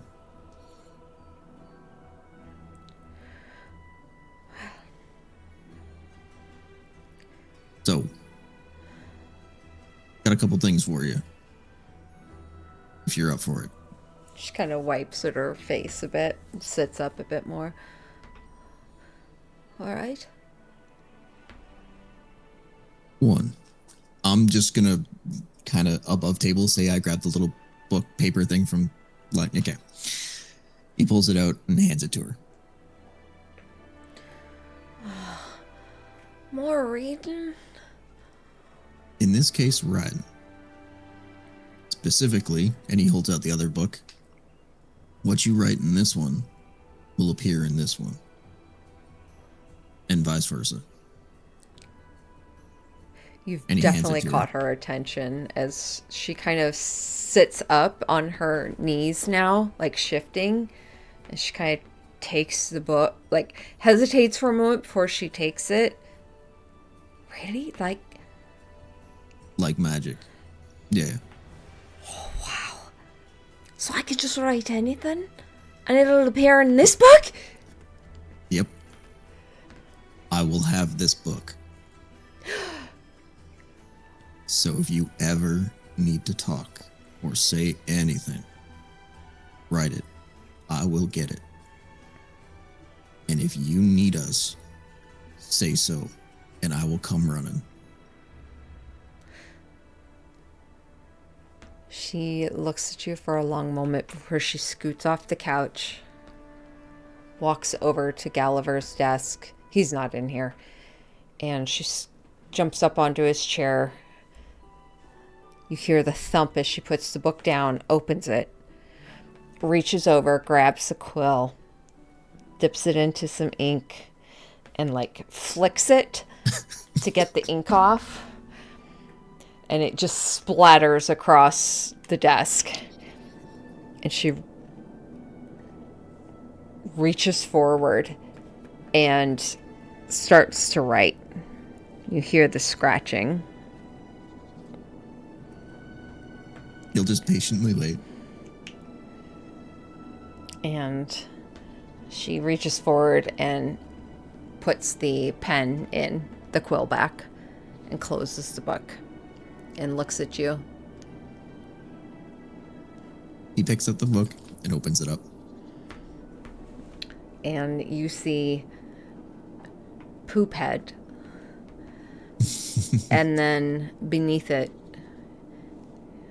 you just see a thank you with little drawings beneath it of a chicken, a little barn, and little stick figures. And one of them on the opposite side with little lines as if they are running super fast. You're welcome.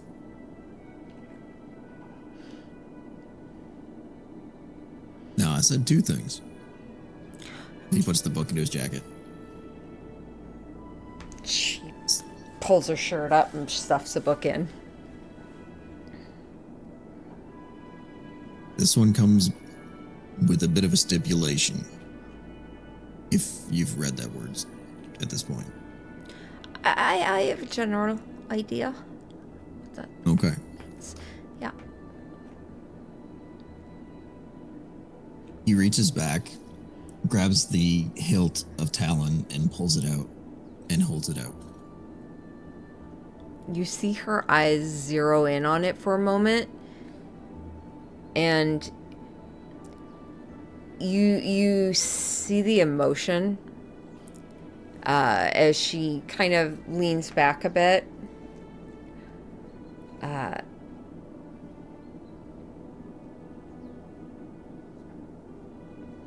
And she kind of shifts awkwardly, looking down at her hands for a moment before she looks up again.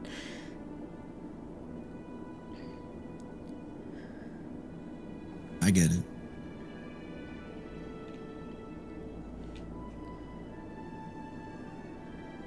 Did he give it to you? He did. I promise you, he's alive and breathing.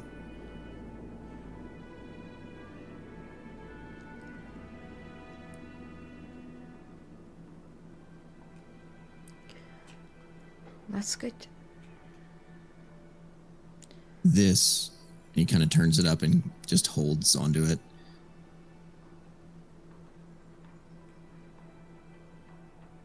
This is held by people strong enough to hold it.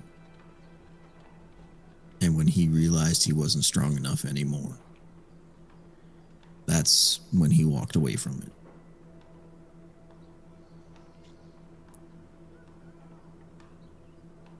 He believes you are strong enough to hold it.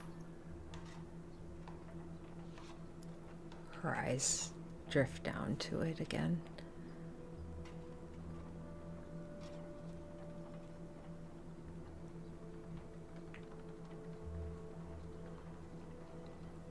I can't do magic. That's all right. Me neither.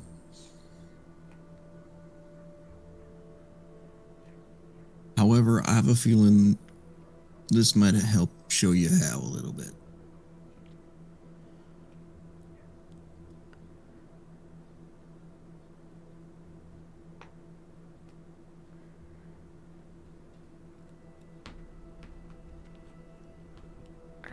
Are you giving this to me? No. He believed you're strong enough to hold it. I don't. And he like tucks it back in his belt behind his back. When you can take that from me, you can have it. You see her leaned over the book, arms kind of crossed, legs on the chair, and you watch like this very hesitant, uncertain emotion suddenly solidify as she smirks a bit.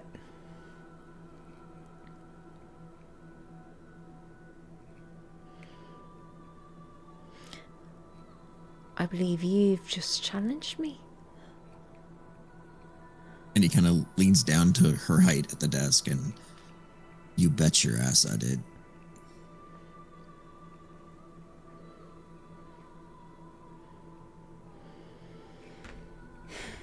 Well, then you better keep a good hand on it.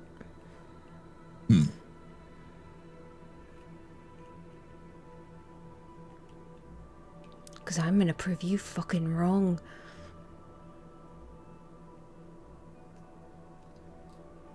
I hope so.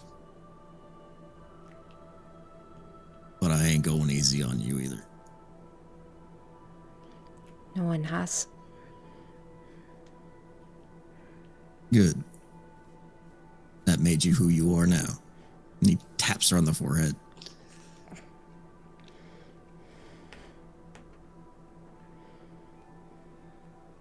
And I got some tricks you don't even know about yet. And he just stands up and just grins.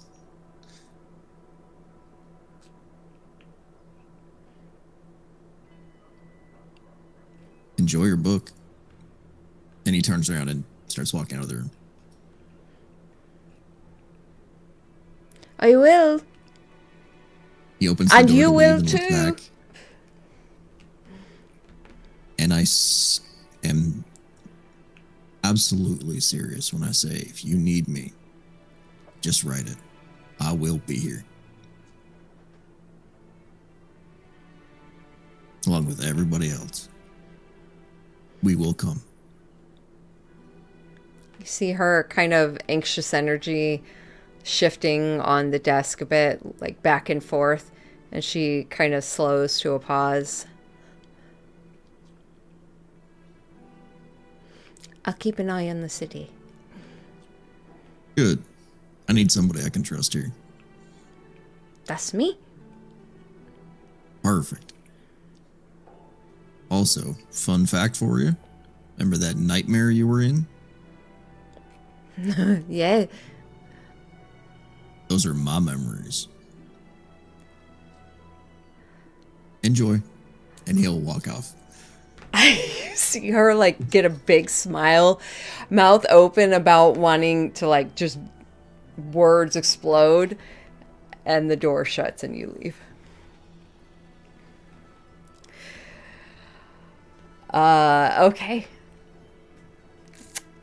anyone who else has got things to do in Westbridge? No one? Nope, I'm just gonna be around, like, helping with the training. Mm-hmm. Okay. I would check in with Gulliver, but again, not anything super severe, just signs of life, making sure he's getting on okay. Yeah. Probably showing tempo around and everything. I just see the village, enjoy the nature. Okay. I would, with tempo, also show you around the manor and warn you that it is highly magical, that the dining room basically has a phone that you talk into, like the mouthpiece, and order whatever you want. There's also potential traps everywhere, so like if you're going and gonna go explore, which you're welcome to do, just be careful. Like, What? we Sorry. inherited a crazy crazy mansion. How exactly did you come into this manor? So, we originally came up here to Westbridge to deal with some cultists. We thought it was the fire cult originally, but turned out it was the Black Earth cult, where we found you. But in ridding the town of this, we met Gulliver, who's the mayor. He's the one who technically owns the manor and lives here. And when we arrived, he wasn't very well thought of, was taxing the citizens pretty heavily to pay for the Zentarim, or the Zentarum, to protect him. If you're not aware, they're like mercenary type guild, thieves. They're into some shady shit, but they're based out of Waterdeep and offer protection for a price, pretty steep one. We promised to get rid of that through a whole bunch of shit, but it involved us basically getting rid of a shadow dragon. I think that was that one. Anyway, the Zentarim are no longer in town. Gulliver no longer needed to tax the villagers, so things could start looking better and expanding. But we also needed now to protect the town from the cultists, which is why Hestava is training volunteers and stuff like that to be soldiers. But as part of that deal, to help Gulliver get out from under the thumb of the Zentarim, I actually don't know if he offered us the thing. Chara, like, sweet-talked him into some deal, but basically we live here. And I also think he doesn't mind the company. He's kind of a lonely old codger before we met him. I see. Wow.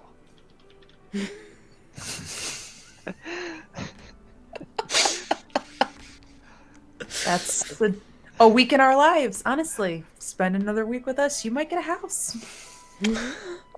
I guess so. Wow. From Right. around the corner, you just hear, like, and beware the swimming pool. The swimming pool. Okay, noted. Oh, all right. Nathan, headed to Kippens. Yep. Okay. You make your way to the the Clang's Call. Wait, Clangor's Call or something like that? Yeah. did I no, just that's make right. that up?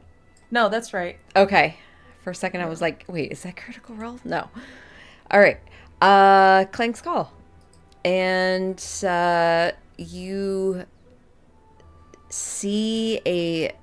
you hear clattering of movement. You don't see Ephemera. Esme. Oh no, Esme. Sorry. Sorry, Rowan. You don't see Esme. You see movement just darting back and forth off to the side where you know Kippen's corner of the shop is. And as you head over there, you hear almost like a shattering of wood. And as you make your way around, you see Kippen picking out items from a box and setting them aside. And she doesn't seem to notice you at the moment as she just starts carrying items over to her area. He'll look around the area. Is there already a place to sit, or it's just like logs and stuff, and just like sit So one up and sit on it? she kind of has like a long workbench that kind of comes off to the side. There are a couple stools along the way, seemingly ones that she uses to just jump up on. Each one's kind of stopped at a different project. Sure. I just grab the closest one and sit on it and wait. It takes a minute before she seemingly notices you, and she just almost like pauses as something catches in her peripheral. And she just looks over. Oh my god, you scared the fucking shit out of me. I didn't think you were going to be here for days. It's so good to see you. You as well. You were expecting me, I guess. Well, I mean, I did send the pale lady to come get you. That is Your true. friend, right? You Yeah. did do that. Yeah. Yep. Welcome How are back. you? Thank you very much. It's good to How see you you're doing? alive. I'm doing pretty good. Shop's going good. Everything seems to be doing just so swell here in Westbridge. Everything's just kind of perfect, you know? You good? I'm good. All right. Are you good? So what's up? Oh, I mean, it's just what you already asked me for. You wanted the stuff. You were looking for information, right? On your guns? Yeah. Well, this tiny fucking little sample sliver I was able to get was just enough. And she goes over into a little cabinet type thing, opens it, and she kind of disappears behind the door. You see her drag over a stool. She climbs up onto it. You hear clattering until she comes back over. And she sets down several diagrams. Okay. So, do you have them? Enlighten me. Do you have them with you? Always. Okay. Right here. She pats the table. All right. And he pulls both, spins them around, and puts them down. All right. She kind of shakes out her hands a bit. So, this. She puts a finger onto life and kind of pulls it forward towards one of her diagrams. You have no idea how much work goes into finding out origins of ore and mineral and all this kind of stuff. You would be correct. Yes. Great. I have no Okay. idea. It's a lot. It's a lot of work. A lot of contacts I have to reach out to. A lot of money and funds that go into it. And I'm just saying because I want you to appreciate the amount of study that goes into something like this. Okay. I'm fully on board. I All got right. it. I'm going to need a little I owe more you sincerity. a lifetime. But here we go. Okay. Life is made, as best I can tell, from a stone or mineral called Nova Stone. Essentially, it was a liquid substance, but when exposed to the vacuums of space, whatever, the positive energy plane that it originated from, it becomes a solid white mineral. or. And its properties, essentially, when it's activated, it sustains truth and life. This, on the other hand, And she pushes life aside and, with a finger hooked into death, kind of pulls it over to another diagram. this one is made from void stone. That is obviously a solid black substance, but this kind originates from the negative energy plane. We don't know a ton about it other than it basically destroys anything it touches. So you should probably be a little more careful with it. Who made these, by the way? Where did you get them? Honestly, I don't know the You manufacturer, No. Okay. but they Yeah. were given to me by Odinson, the Allfather of Eastgard.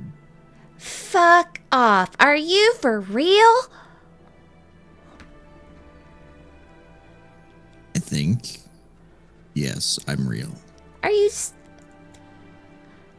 Wow, okay. Well, I mean, I guess that makes sense. Okay. Well, I mean, essentially, that's what they're made of. It's only things you're going to find in one of the planes. Definitely not the material plane. But somewhere in that brain of yours, I think you always knew this. Yeah. Thank you very much for the information, Kevin. Truly.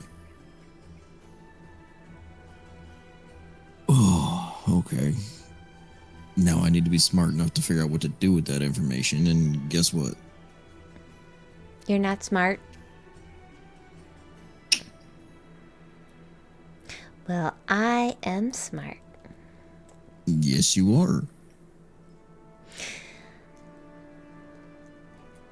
And she reaches out a hand and holds it out, basically asking for your hand. He gives it.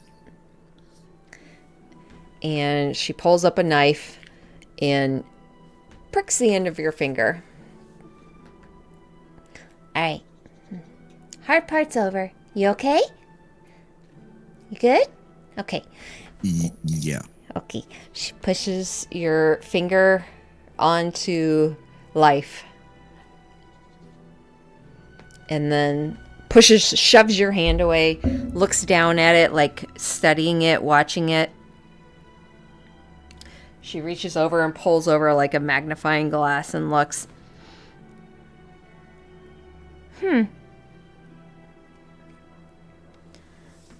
Give me your hand real quick. And she pulls it back over, Yep. Mm-hmm.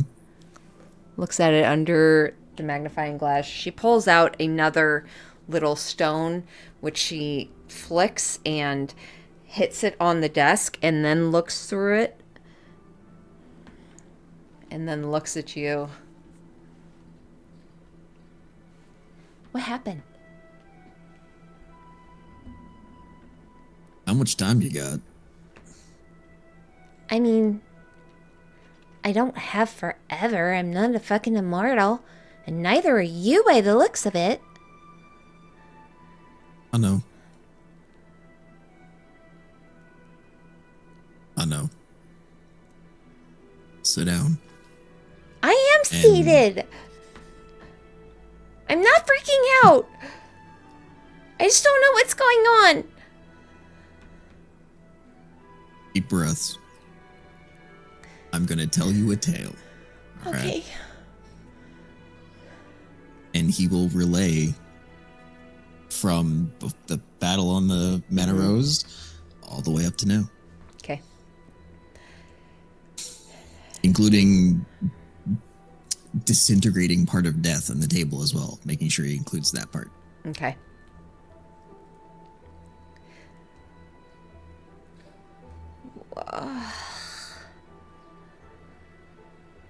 That's so romantic.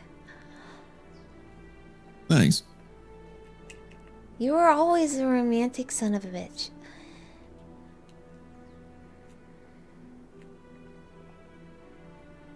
You all right?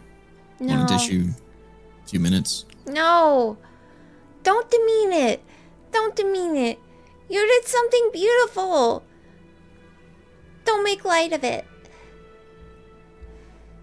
I'm sorry. I will let it marinate. Thank you. It's still fresh for me. She kind of like reaches up and wipes a tear away.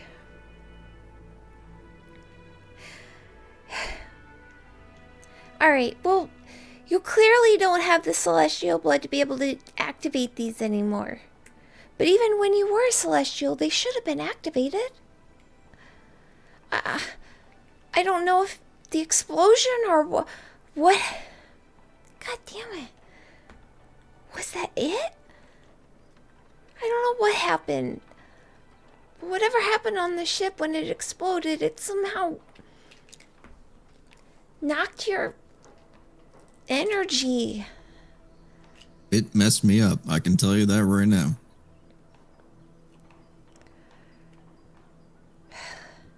All right.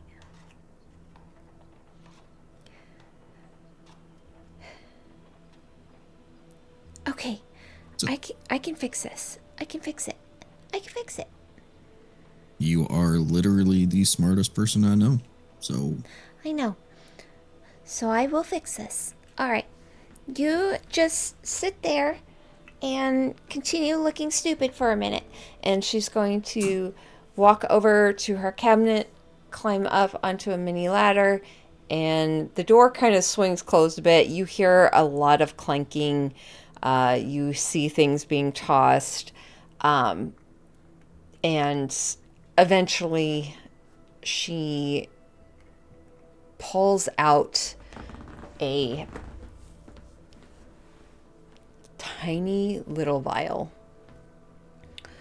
that she has in her fist, and she doesn't look at you as she climbs up onto her stool and sits for a moment. is that what I think it is? Don't judge me. Okay. Like Rowan would have a word or two to say with you. It's leftover. All right, fair enough. It's the last of it. Okay. Give me a minute, if that's all right. All right. By the way, I thought I looked pretty. And he like gestures to his new outfit. What do you... I don't... What's So wrong? Rowan, you there? Yes. Do I have permission to use your baby blood for some kind of experiment?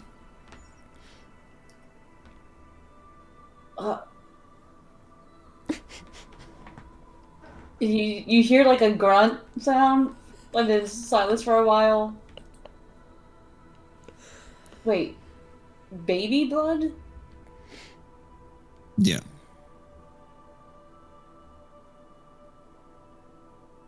You're with Kippen. Yeah. It's fine. I trust Cool. you. I'm honestly surprised it's still liquid at this point. I'm stopping thinking about it. All right. See you soon. As long as I don't explode. And he lets go. Kippen's like legs are just kind of swinging. You realize the reason it's just liquid still is because it's got anticoagulants and other preservatives in it. You would know that if you weren't just a big dumb man wearing a really nice black suit with like golden vests and everything, but Now you're just gonna talk into your earpiece and just completely ignore me and talk to Rowan.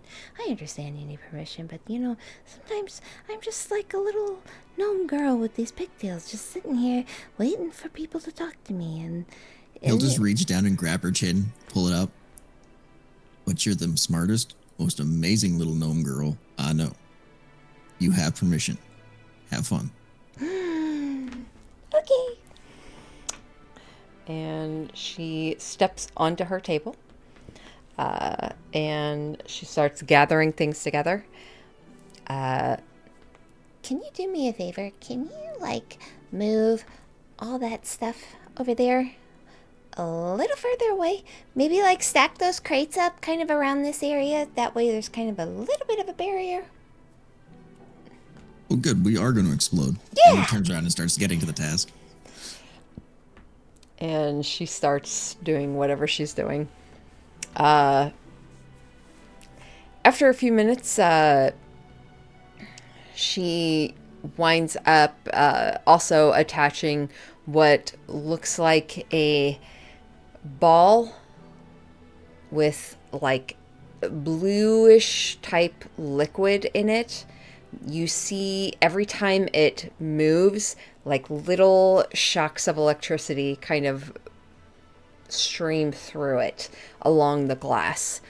And she sets that into something, winds some copper around it, threads it, and winds that over life, over death, and winds up getting a beaker together with a drip system, and sets up this elaborate system. All right. Pulls her goggles down. Pulls a box over. And winds the line into it. Okay. You ready for this? Just, okay. And he literally puts himself between her and everything else. All right. Okay. And she kind of leans her head to the side, holds two wires together, and snaps them together. You see a spark, and you hear a fizz. He just braces. You hear the sound of vibration, and then a snap.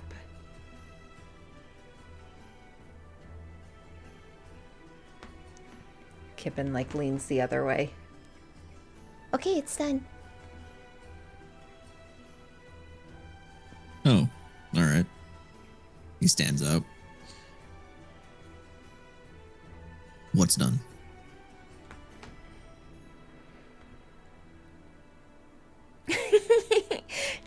She jumps onto the desk, starts unwinding everything.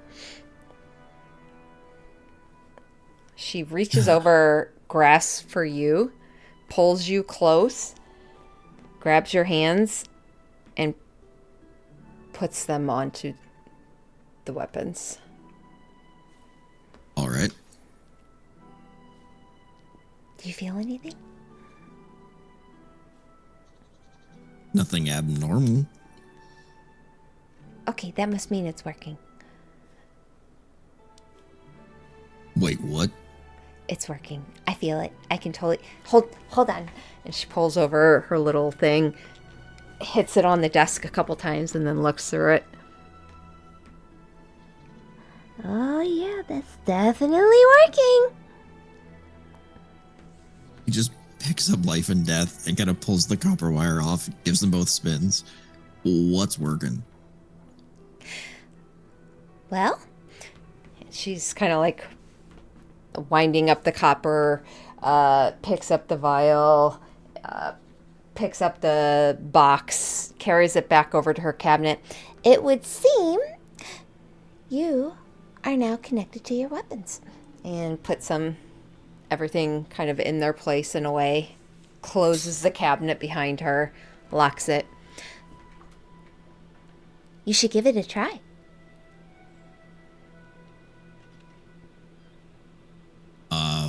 Look around the room. Oh, please don't kill anything in here. I'm really the only thing living in here right now. Wait, you want me to shoot a living thing? I mean, how else are you going to try it? Alright, well, that's for a later date then. He spins and holsters both.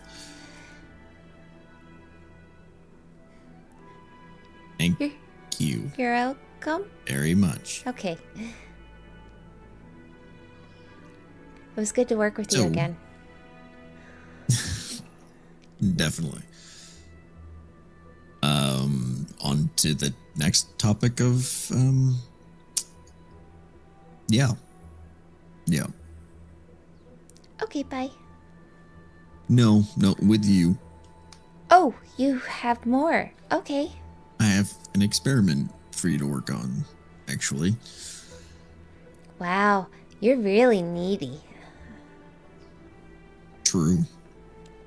Okay. The pale lady that you met. Yeah.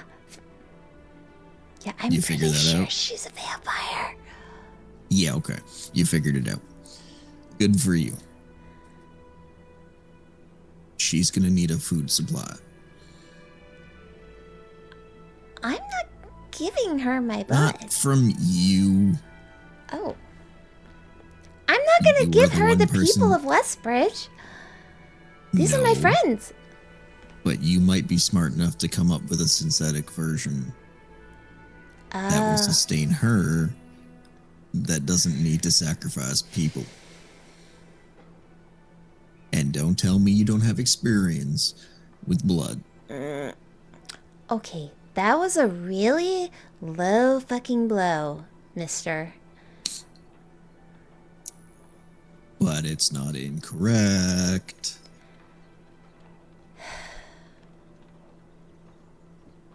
I have a minor in chemistry and biology. I will do what I fucking can for Miss Vampire Lady. In turn, she's going to protect the town and Nat. Alright. Thank you. You're welcome. What would you like in return? I haven't thought about it yet. All right. Well, before I leave town, let me know.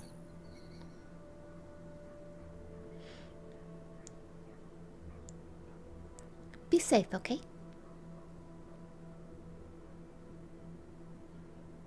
Okay. And you know you can come to me for anything, despite all the shit I give you, right? I do. Okay.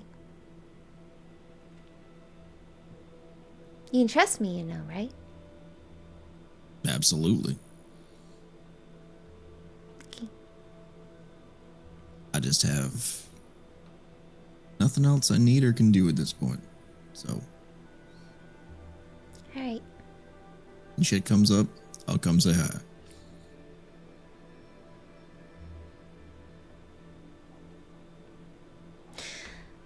Alright, well, I will get working on yet another project for you then. Appreciated. Anything for you. Yeah. I may not be mistaken for having an overabundance of education, but I know sarcasm when I hear it. And you probably know when you're loved. I think I do. Good. If I don't, then I've been completely wrong about everything my whole life. Who knows? Alright, Either way, get out! thank you. I'll send flowers so you can give them to the shop lady. Thank you. You're welcome. And you leave. Alright. You head back. And I will give you the two, I have not added it to your weapons yet, but I will send you the things that you now have with them. As you definitely feel a different type of connection to it. There is a thrumming when you grip life and death. A connection of, you've always known the meaning of each. They have been very personal to you. And there's always kind of been a disconnected personal, if that makes sense. This feels connected on a new level of you now are not only the one pulling the triggers and holding the destiny of these weapons and those that they meet, but you hold powers beyond. As you make your way back to the mansion, you feel vague remnants of something that was lost.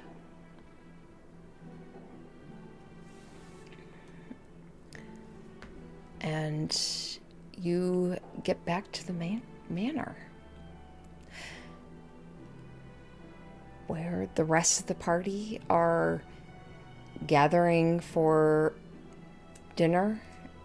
I would imagine the crew, everyone kind of gathers together, eats, spends time before everyone goes to their respective rooms and such.